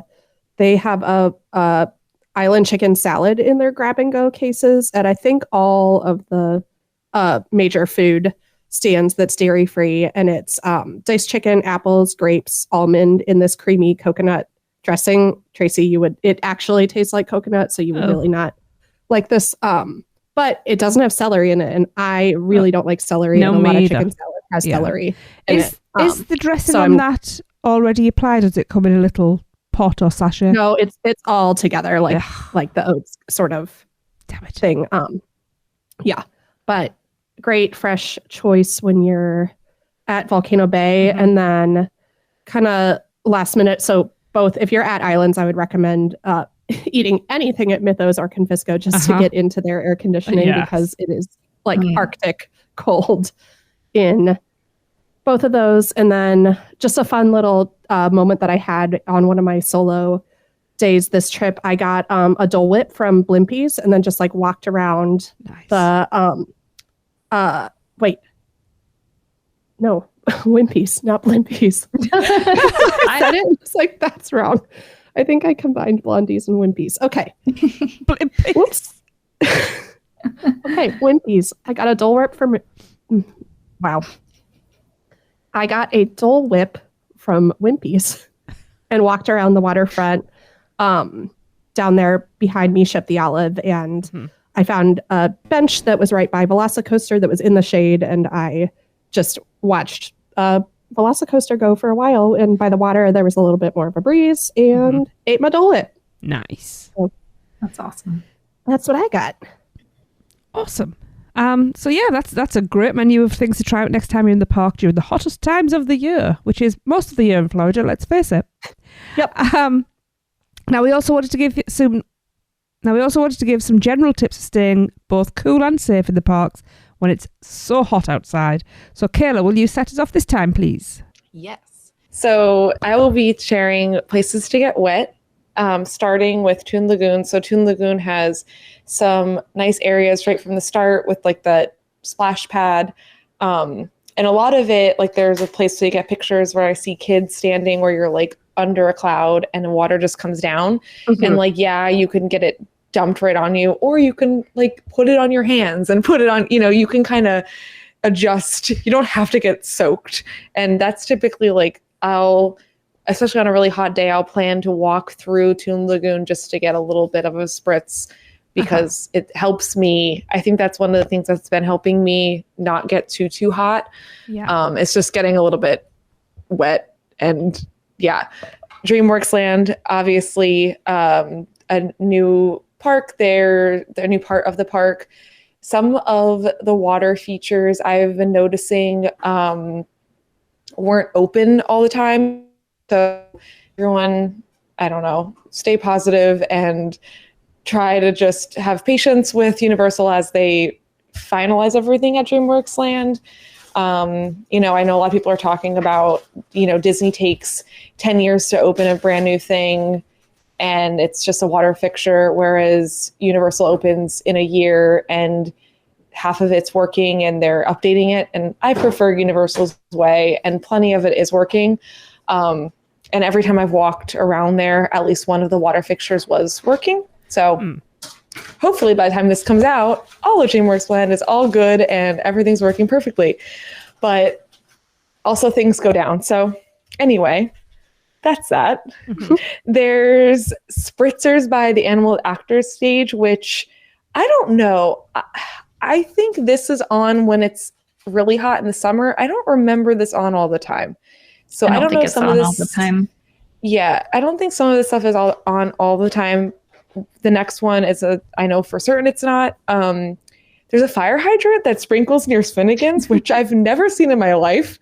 And I saw it and I was like, what? And then I saw it on Instagram and someone posted that like, this is on when it's really hot. So there's one in Simpsons too.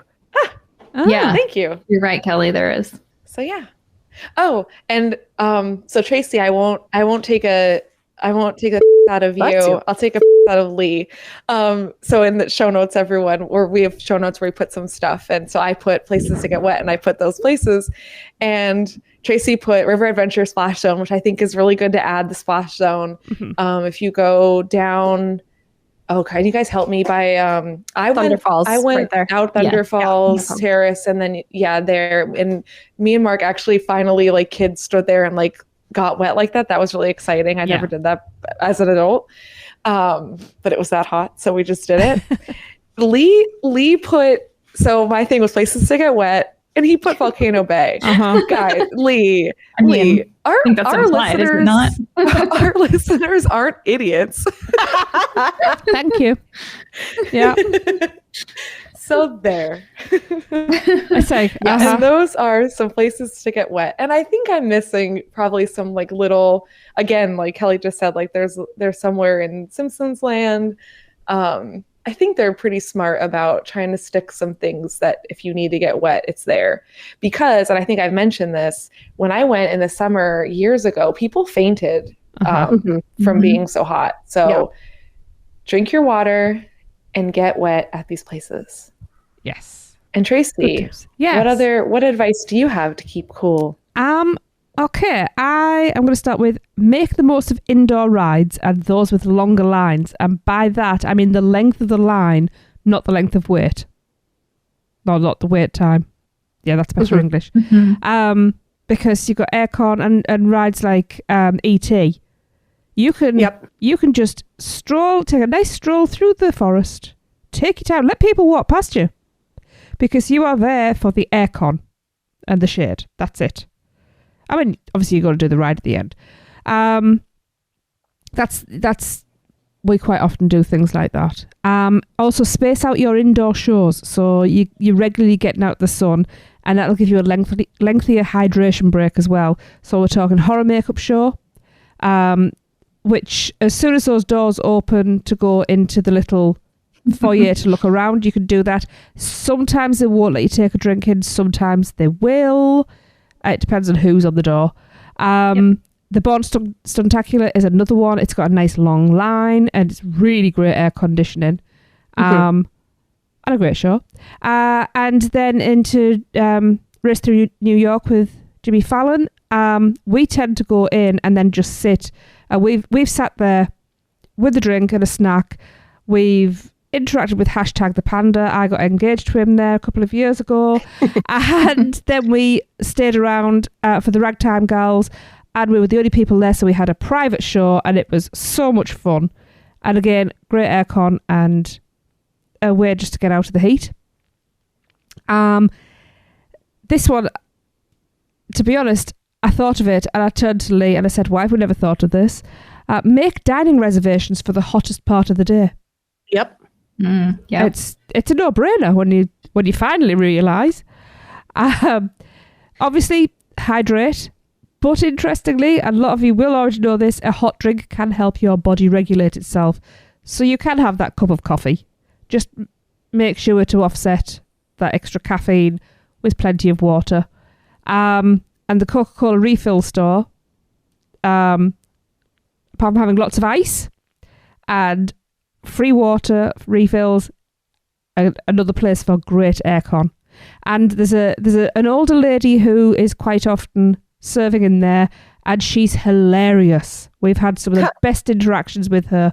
I have never caught her name because she never stands still. She's always sweeping or fussing over somebody or helping them with the drinks. She's amazing. I love her. And yeah, if it turns out you're just feeling overheated, not to the point where you need medical assistance, which if you do, go to your nearest team member. They will help you. Just pop into a store and linger. Find a good vent for the AC and just stand under there. Do you know what? Lift your arms up, flap your t-shirt about, whatever you need to do. Just go and linger. And they're my little tips. Nice. Kelly. So I kind of went the route of the theme of staying hydrated, which Tracy just mentioned a couple of them. But one thing that people don't often think about is to start like upping your hydration the day before your first theme park day so that you're not starting off like in a negative balance, is if you want to talk about it in those terms. But start, just add in an extra bottle of water or an extra Gatorade or something the day before your first park day. And then alternating water with Gatorade or Powerade or Noon or Liquid IV or whatever your hydration liquid of choice is. I think sometimes people go too hardcore on things like Gatorade or sports drinks and then end up feeling really sick because it's so much sugar. So like water is by far your best option as far as keeping yourself hydrated, and then make sure you compensate, like Tracy, you just mentioned, for caffeine or alcohol. Don't treat that as I'm feeling a little dehydrated, so I'm going to go grab a beer. I think most people know that that's probably not a smart thing to do. But if you do enjoy a beverage or, something highly caffeinated or highly sugary, then make sure you then add in an extra cup of water, an extra refill of water to kind of compensate for that. And then something that my family did when I was younger was that we kind of had a system of like, before we would get in a queue, like, all right, we're about to drop off the stroller, everybody take a couple drinks from their water bottle or take a couple drinks, just so that you're kind of proactively doing it. Or if you pass by, it used to be the water fountain. If you pass by the water fountain, go take a drink for 10 seconds or 5 seconds or whatever it is, but kind of like actively thinking through how you're going to stay hydrated when it's that hot out can help you kind of not get to a point where you're feeling gross. And then, it's you're putting money in the bank, if I'm going to keep my analogy going. As far as like, you don't want to take time. Oh, we're walking from here to there. You don't want to take time to wait in the line for the Coke Freestyle machine. But those 5 minutes that you burn that way versus the 3 hours you're going to spend at first aid if you get overheated, that's really important. And that's for parents too, to make sure, because kids aren't going to be like, oh, I'm feeling slightly dehydrated, I need to take a sip out of my water bottle, like making sure they're drinking enough too. And then just beware of salty foods. Will not help you stay hydrated. If you're eating a lot of salty stuff, you're going to feel both like bloated and gross if you are trying to stay hydrated and eating too much salt. So just being aware of what you're eating and maybe thinking through those sorts of things. So hopefully our suggestions from earlier will help with that. Not necessarily hydration related, but when you put sunscreen on, like sunscreen everything, sunscreen the top of your feet, sunscreen your ears, sunscreen your nose, like wearing chapstick with SPF in it. Like, everybody thinks to do like their face and their chest and their shoulders and things like that. But like some of the most painful sunburns I've ever had in my life are like the backs of my knees or things that got burnt to a crisp by the sun just because I didn't think to like put sunscreen. There. It's for me, it's if I'm wearing socks, it's where the sock ends, where the cuff of the sock is, I get burnt there so badly. And even when I think I've put enough sunscreen on, I obviously haven't. Oh, I ran out of breath there.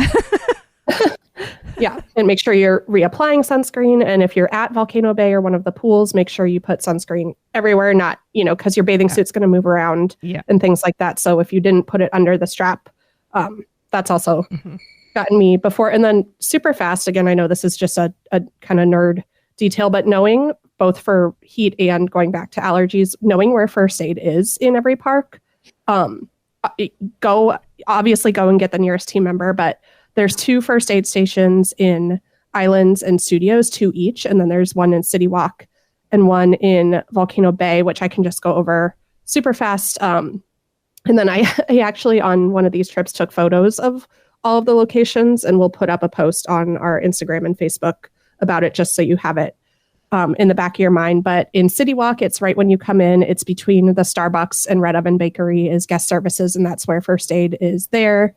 It's right when you walk into Volcano Bay. At Studios, there's a small first aid location right next to the lockers, right when you walk inside, to the right. And then their main health services place where you would go if you needed something more than just a Band-Aid or something is like behind Louis to the left of Fast and the Furious, kind of back there down that little alley. And then at Islands of Adventure, they've got one right to the right of the turnstiles. And then their main health services office is in Lost Continent, kind of to the side of the Mystic Fountain where those bathrooms are. Back there is where first aid is. Good to know. Yeah. Yeah. Thanks, Mom. Girl Scout Kelly. Always got to be prepared. Shelby. Well, I don't know how I follow all that because basically you guys have said, I'm going to echo what you guys said. Other than Kelly, don't forget to sunscreen your scalp if you have a part in your hair. That's because you will get that, roasted up there. It's the first thing the sun sees. I also echo, please don't drink soda all day, guys. Like, it's not good for you. It's so sugary. You're not going to burn all of that off, even if you walk a gajillion steps at the parks. Just drink some water, please. Yes. I just see people all day with the Coke freestyle, and every time I see people hit soda, and I'm like, please drink some water. Yeah. Just drink some water. Sorry to interrupt, and this goes completely against what Shelby just said, but I forgot to mention earlier that as far as I know, this is still true that you can get an icy in as one of your Coke freestyle refills. I do believe that's correct. Talk about bang for your buck. You can get an icy. Yeah. Which I think I do see a lot of people doing. And yes, ices are delicious. Don't get me wrong. Even for somebody who doesn't drink soda a lot, I still enjoy an icy, but I'm not going to enjoy one at the park because it's going to make me cramp, I think. Yep. Or get one and split it and then drink a lot of water afterwards. Yeah. So just didn't want to forget to say that's part of that's a good put point. that in. Don't put that in the first aid tips section of your brain. Put that in the things to eat to cool you off in the parks side of this. I think, I don't remember who mentioned this. Tracy, did you mention it about you can get a cup of water? Yes. So you can get it at any snack stand, any restaurant. There are a couple of restaurants that do have an option on the app. So when you mobile order, you can also select a cup of ice water. I feel like Minions Cafe might be one of the locations, but I'm not 100% sure. I haven't looked at that in a long time, but I do know some of them have it. So, and you can ask any team member, like at Circus McGurkus, I've dined there and they've brought my food and I've been like, hey, can I have a cup for ice water? Because they have a freestyle machine there too. I'm personally not a huge fan of carrying a bottle all day. So I will do that. If I go eat somewhere, I'll walk around with the cup. And then it's so funny, Tracy, you were talking about the shows and stuff, because I literally had a day like that the other day where I was ducking into horror makeup and we sat there for, I don't know, an hour before the show started because it was just so hot outside. And I'm like, I can't be out here. It's 1 or 2 o'clock in the afternoon and it's too hot to be outside. Yeah. So feel free to sit in any of these locations as long as you want. I don't think anyone's going to care. And then, so going into Universal or going into Islands, I just duck into any of the souvenir shops or the Epic Universe store. Cause sometimes I can't make it all the way into the parks without feeling overheated personally. So I will just duck into those shops and either hang out a minute or just soak up a little AC. And then I'll be like, okay, I can finally go back outside again. And then, I definitely go and I'll find a vent specifically in stores like the comic book shop across from Captain America Diner in Islands. I'll just go in there. They've got a couple really good vents that are just in the middle of the store near nothing. And I'll just stand there for 20 minutes because it's hot and I'm not going to roast outside. So yeah. And then Cat in the Hat. I don't remember if anybody mentioned Cat in the Hat, but we rode Cat in the Hat the other day because it was just so hot and we're like, okay, let's go get out of the heat. That's a good one. Yeah.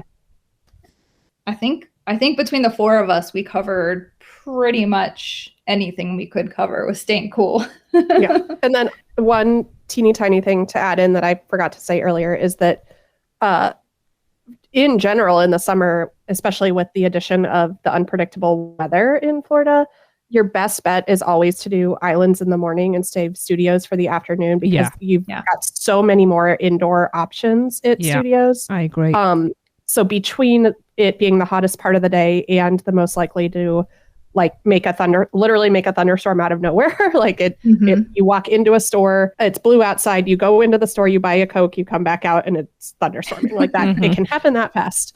But again, don't buy a Coke, get water. Because we're staying hydrated. But if you can, if it works out for your family and your trip, and if you've got park to park tickets, then I would start your day in Islands and have the hottest and most weather-iest part of your day be in studios. I think that also gives you time to adjust in the morning, and Islands is notoriously hotter than studios. Yeah. So getting that out of the way in the hopefully cooler, I'm using air quotes, cooler part of the day is probably best. So that's a really good tip. Yes. Any other honourable mentions, ladies? I think we may have covered everything. Yeah. I think we did good. Yeah. Yeah. If any of our listeners can think of anything, though, drop us a line. You know where to find us on Instagram and are we on Facebook? Are we on? Yep. Are we on Threads? Yeah. TikTok? No.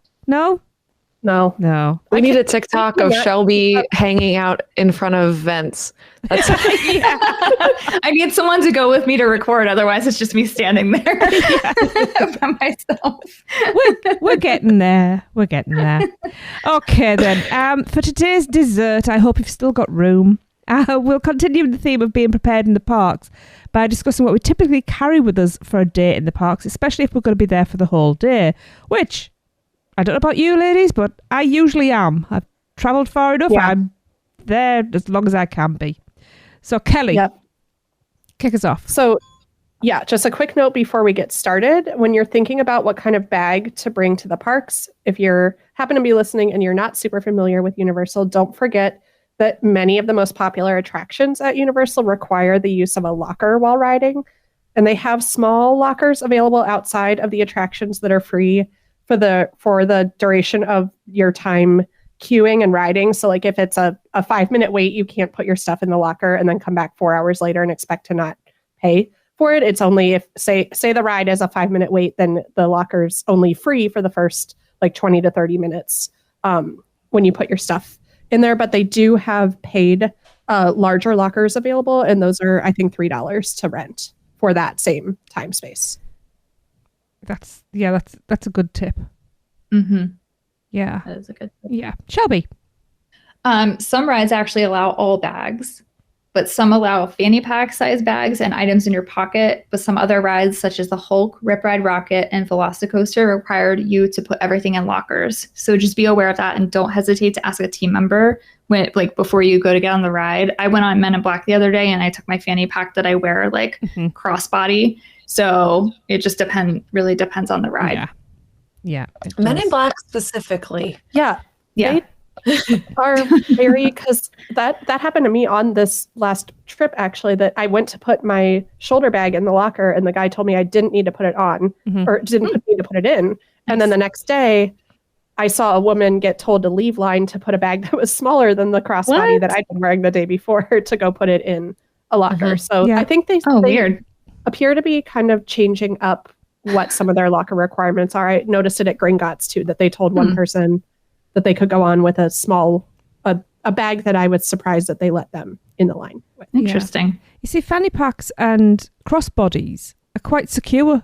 So for a ride like Men in Black, to me, they're not a problem and they're freeing up lockers. But like I say, it depends on the person that's putting you on the ride as to what's allowed to go on with you. But I remember Men in Black when you used to have the mesh bags at the front. Yeah. So other side note with Men in Black, I think we brought it up before, but there are new lockers that are up and down versus sideways, which is really nice with the Coke freestyles. However, they are a little bit smaller. Yes. Their width is like really, really narrow, right? Because I had a much harder time getting my normal park bag in a vertical locker than I do the horizontal ones, but it would be really nice to not have to dump out your freestyle cup every single time. Not everybody does. I've been in a locker lower down and come back to soaked items. Oh, and that's awful. Yeah. Don't do that, guys. Don't be that person, because I will hunt you down. Azalea, like touch inside and see if your locker's good. It's or not. Yeah. Yeah. Speaking of wet things, you aren't required to put your bag in a locker on water rides, but they do have lockers available at Popeyes, Dudley Do Right, and Jurassic Park River Adventure. Okay, Popeyes, you have like this middle thing too that you can put your stuff in. Sometimes it gets wet, sometimes it doesn't. In the middle of the raft is what Kayla is referring to. Yeah. You can take your chances. Raft. Yes, but definitely not secure. No. Yeah, if you bought any specialty souvenirs, anything special, and if you have like money or anything that's not in a Ziploc bag, it's probably a risk. But if you have your things kind of good, I think I typically do not rent a locker at Popeyes. Dudley Do Right typically gets wetter, and then Jurassic Park, I don't think I've ever really gotten, or my items haven't gotten that wet on Jurassic Park. Mine so yeah, I don't think you really need a locker for Jurassic. And to be honest, for things like phones or cameras, you could take a good quality Ziploc bag and just pop. That's what we do. We pop things in a Ziploc bag, and it's a nice savings. That it's a little. It stinks to have to spend money on those lockers. It does. They're all of those lockers you would have to pay for. They don't have a free option at the water rides. Yep. Yeah. We say all of that because packing your park bag is always a balance between bringing what you need and making sure you have a plan for storing your bag in lockers or leaving it with another member of your party. Now, Kelly, I know you need to bring certain items to the park with you because of your allergies. So what does that look like? So if I'm going into the parks for a full day, I usually carry my like Camelback hiking bag because it fits a lot and it has the like across the shoulder strap, so I can wear it all day without it hurting my back, but it's slim enough to fit into most of the lockers. But in addition to all the regular things that people have to bring to a park and that I'm sure you guys are going to talk about, I carry a medical bag, which is a little insulated. It's like a little bit bigger than a pencil pouch, and it's red with the medical cross symbol on it, and it's insulated. So that's where I carry my EpiPens and my inhaler. So epinephrine doesn't need to be refrigerated, but it goes inert if it gets too hot. So I have to be really careful. I'm usually okay in a theme park, but especially if I'm like camping or backpacking or going on a float trip or something like that, like I have to make sure it stays cool. So I use that little insulated bag, and I also put like Benadryl and just general medications in that. And in addition to my medical bag, which I rarely bring into, so I can bring a medical bag into a line for say like Hagrid's or something that requires lockers. If I declare it, if I like hold it up and say like, it's a medical bag, like you have to keep saying it over and over again because every team member you pass is going to tell you that you can't have bags in the line. But what happens is they have lockers at the end of the ride. I'm usually okay leaving it in my locker unless it's like, this is a 3-hour line and I just ate a meal that I hadn't had before and I don't want to risk it. Yeah. But in addition to that medical bag, I bring hand sanitizer, I bring hand wipes for my hands and Clorox wipes for tables. And I'll put that in with this next one. I bring extra contact lenses because I'm not so sensitive to dairy that if it got on my hands, I would immediately break out in a rash or something. But if I touch something, and then this happened to me one time, I went to wipe, I got sunscreen in my eye and I started rubbing my eye, and whatever I had touched beforehand, either on a ride or on a table or whatever, things like that, my eye started to itch and swell up and immediately started to go into more of an allergic type reaction. And so I had to take my contact out, but then I didn't have extra contact lenses and then couldn't see and needed to go back to the hotel anyways. And then I bring like high protein snacks with me just in case I end up between meals or somewhere where I can't find something that's safe for me to eat, which is few and far between, but it's good for me to kind of have just in case. Yeah. Okay. That's good to know. Okay. My park bag. It's called Lee. Mine just usually contains painkillers, antihistamines, hand sanitizer, because I'm a bit obsessed with that stuff. Sunscreen, SPF chapstick, which, going back to dehydration, I've noticed if I don't have, because my chapstick's more, it's not a solid stick, it's like a squeezy tube. Mm-hmm. If I don't wear that, I get dehydrated faster. Huh. And it's really weird. I've tested it out. Sunglasses in a hard case because I'm constantly swapping my sunglasses for my living glasses, shall we call them, because I can't see without them. A hand fan, which if you've seen me in the park, you've usually seen me with my little folding fan.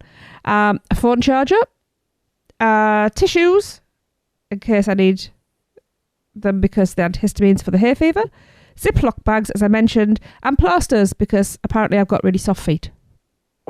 So, yeah. Oh, yeah. I can be wearing shoes that I've worn for years and not had a problem. Then one day they'll just go, we're going to give you a blister. I hate that. Yeah. So, yeah. Happens to the best of us. Yes. Mm-hmm. So, Kayla, what do you take? Okay, so my park bag, I'm not a big coffee girl, so I like Celsius I like Celsius, and they have packets that are actually a lot better priced as well, and they're just as good, and they're a good caffeine boost in the morning. Going off what Kelly said at some point, I forget when, but I think it was hydration tips. I love Noon tablets, really great for hydration. Then I try to do like every other, so it's like I'll start my morning with Celsius and then water, a Noon, some waters, like again, back to Shelby and Kelly yelling at you, don't just drink flavored stuff. We got to drink the boring water every now and again. Tylenol, my wand, which I'm an adult that loves her wand. I'm going to start this is all saying I am like the lowest frills. I try to be a low frill traveler, and I way underpack. And this is like on a plane, in my life, just all the time. So this is like, I'm just wearing a fanny pack. I try not to have to use lockers. This is all going to change. I need to plan my baby bag with snacks and diapers and stuff. So we'll see. I'll report back in hopefully December when we go on our like Christmas trip. But anywho, and then I just fibbed. My new obsession is the water bottle holders. So my brand that I use is Corksicle. I don't know if they're the only one. I'm bringing up the mouse, but they started the year that I did Wine and Dine, I think it was last year. They sold this, it's a bag that holds your water bottle, and it has like an open pouch thing that you could put other things, and it's pretty hefty. It's like small, like it's very small. It easily fits in a locker, but it like fits more than it looks. And the amount of freaking compliments like at Wine and Dine that I got, and then when I'm like in the parks, people are like, oh my God, that's so helpful. Because basically Universal, take those little like HHN Mardi Gras water cup things and make them like more quality with like a side pocket. And then you got this great water bottle holder. That's very helpful. My weird fact about me is I can't stand when my hair isn't brushed. Like, it drives me nuts. So I always have a little mini hairbrush. I always have a mini hairbrush. Same. And I'm typically like brushing my hair when I'm in the bathroom. I forgot hairbrush. Sorry, Tracy, what? I forgot hairbrush. I'm with you. I have a folding one. Yep. I might get hair ties on mine because my hair is unruly on the best of days, but when I get off Velocicoaster, it's something to behold. Yep. Back, Kelly said this, a nut mix that won't melt. So some sort of like higher protein snack that if I'm really stuck, I can at least eat something, which I forget when there was a time where I didn't have this and like, oh my God, I felt like I was going to pass out. So mistake I won't make twice. The Ziploc bag or a waterproof phone case. I got one cheap on Amazon that I used for Volcano Bay. And then I think we all said it, but SPF chapstick, because we're all mom-like on this podcast, and we take our skin and health seriously. And again, I'll report back when I have a baby, and I have a baby when baby's at the park, and I have to have my bigger bag for this little guy. Well, you'll probably also at some point have a stroller, Kayla, that you can put. Oh yeah, so useful. Lots of things. Oh my God. I am stressed about the stroller though. Oh, like I've had so many strollers ram into my ankles, and I'm like not going to be that person. I think sometimes there isn't a choice. No. I definitely have walked in front of my fair share of strollers when I probably shouldn't have. They didn't hit me, but if they did, I think they'd be well within their right. So it happens. Okay. It does happen. Yeah. Yeah. Shelby, what do you take? Oh boy. Well, I'm very minimal compared to all of you, but I also don't really do full park days anymore. I don't have to, and it's too hot for me anyway. My full park days come when Horror Nights is here. So like my bag will change then. Like I'll actually carry a backpack and my fanny pack at that point. But I'm pretty minimal right now. In my fanny pack, I usually just have like hand sanitizer or hand wipes, Band-Aids for those times where your shoe gives you problems, Tracy. I usually take a hand fan. I have one of the universal, oh my gosh, why am I blanking on it? The Love Universal fan. Or an umbrella, just depending on the weather. If it might rain, I'll take the umbrella.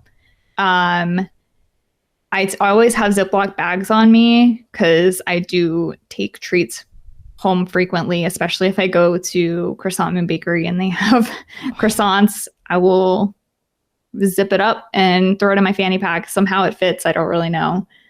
And that's pretty much it, other than like, you know, the stuff I have, like my annual pass and my wallet. But when I go to HHN, I'll have my mini backpack with like an umbrella. I'll have the hand fan too. I'll have both of those things. And then I'll have like ponchos and just anything else. I don't carry my sunscreen on me, but I do apply it before I go. So, and I'm typically, you know, not really in the sun when I'm at Horror Nights too much, thankfully. So yeah, pretty basic. I like to travel light as well. Yeah. Like you, Kayla, I don't like having to carry a lot of stuff around. So yeah. As we started this podcast, HHN is 30 days away. I know. Crowd goes wild. I'm not ready. I'm not ready. I'm not either because I have a lot of stuff to do before then, but it's okay. I'm saying, yay! I'm not there this year. I know, but you're with us in spirit, I'm sorry. though. Yes, it's all good. It's all good. Okay then, if we have nothing else to add, that's going to wrap up episode 8 of the Taste of Universal podcast. You can find the podcast on all the usual podcast platforms, and please subscribe, rate, and review wherever you can. Find us on Facebook at Taste of Universal, on Instagram at Taste of Universal Podcast, and then you can also follow me on Instagram at Universal Orlando Vegans or join our Facebook group. You can email all of your questions and comments to thetasteofuniversal@gmail.com.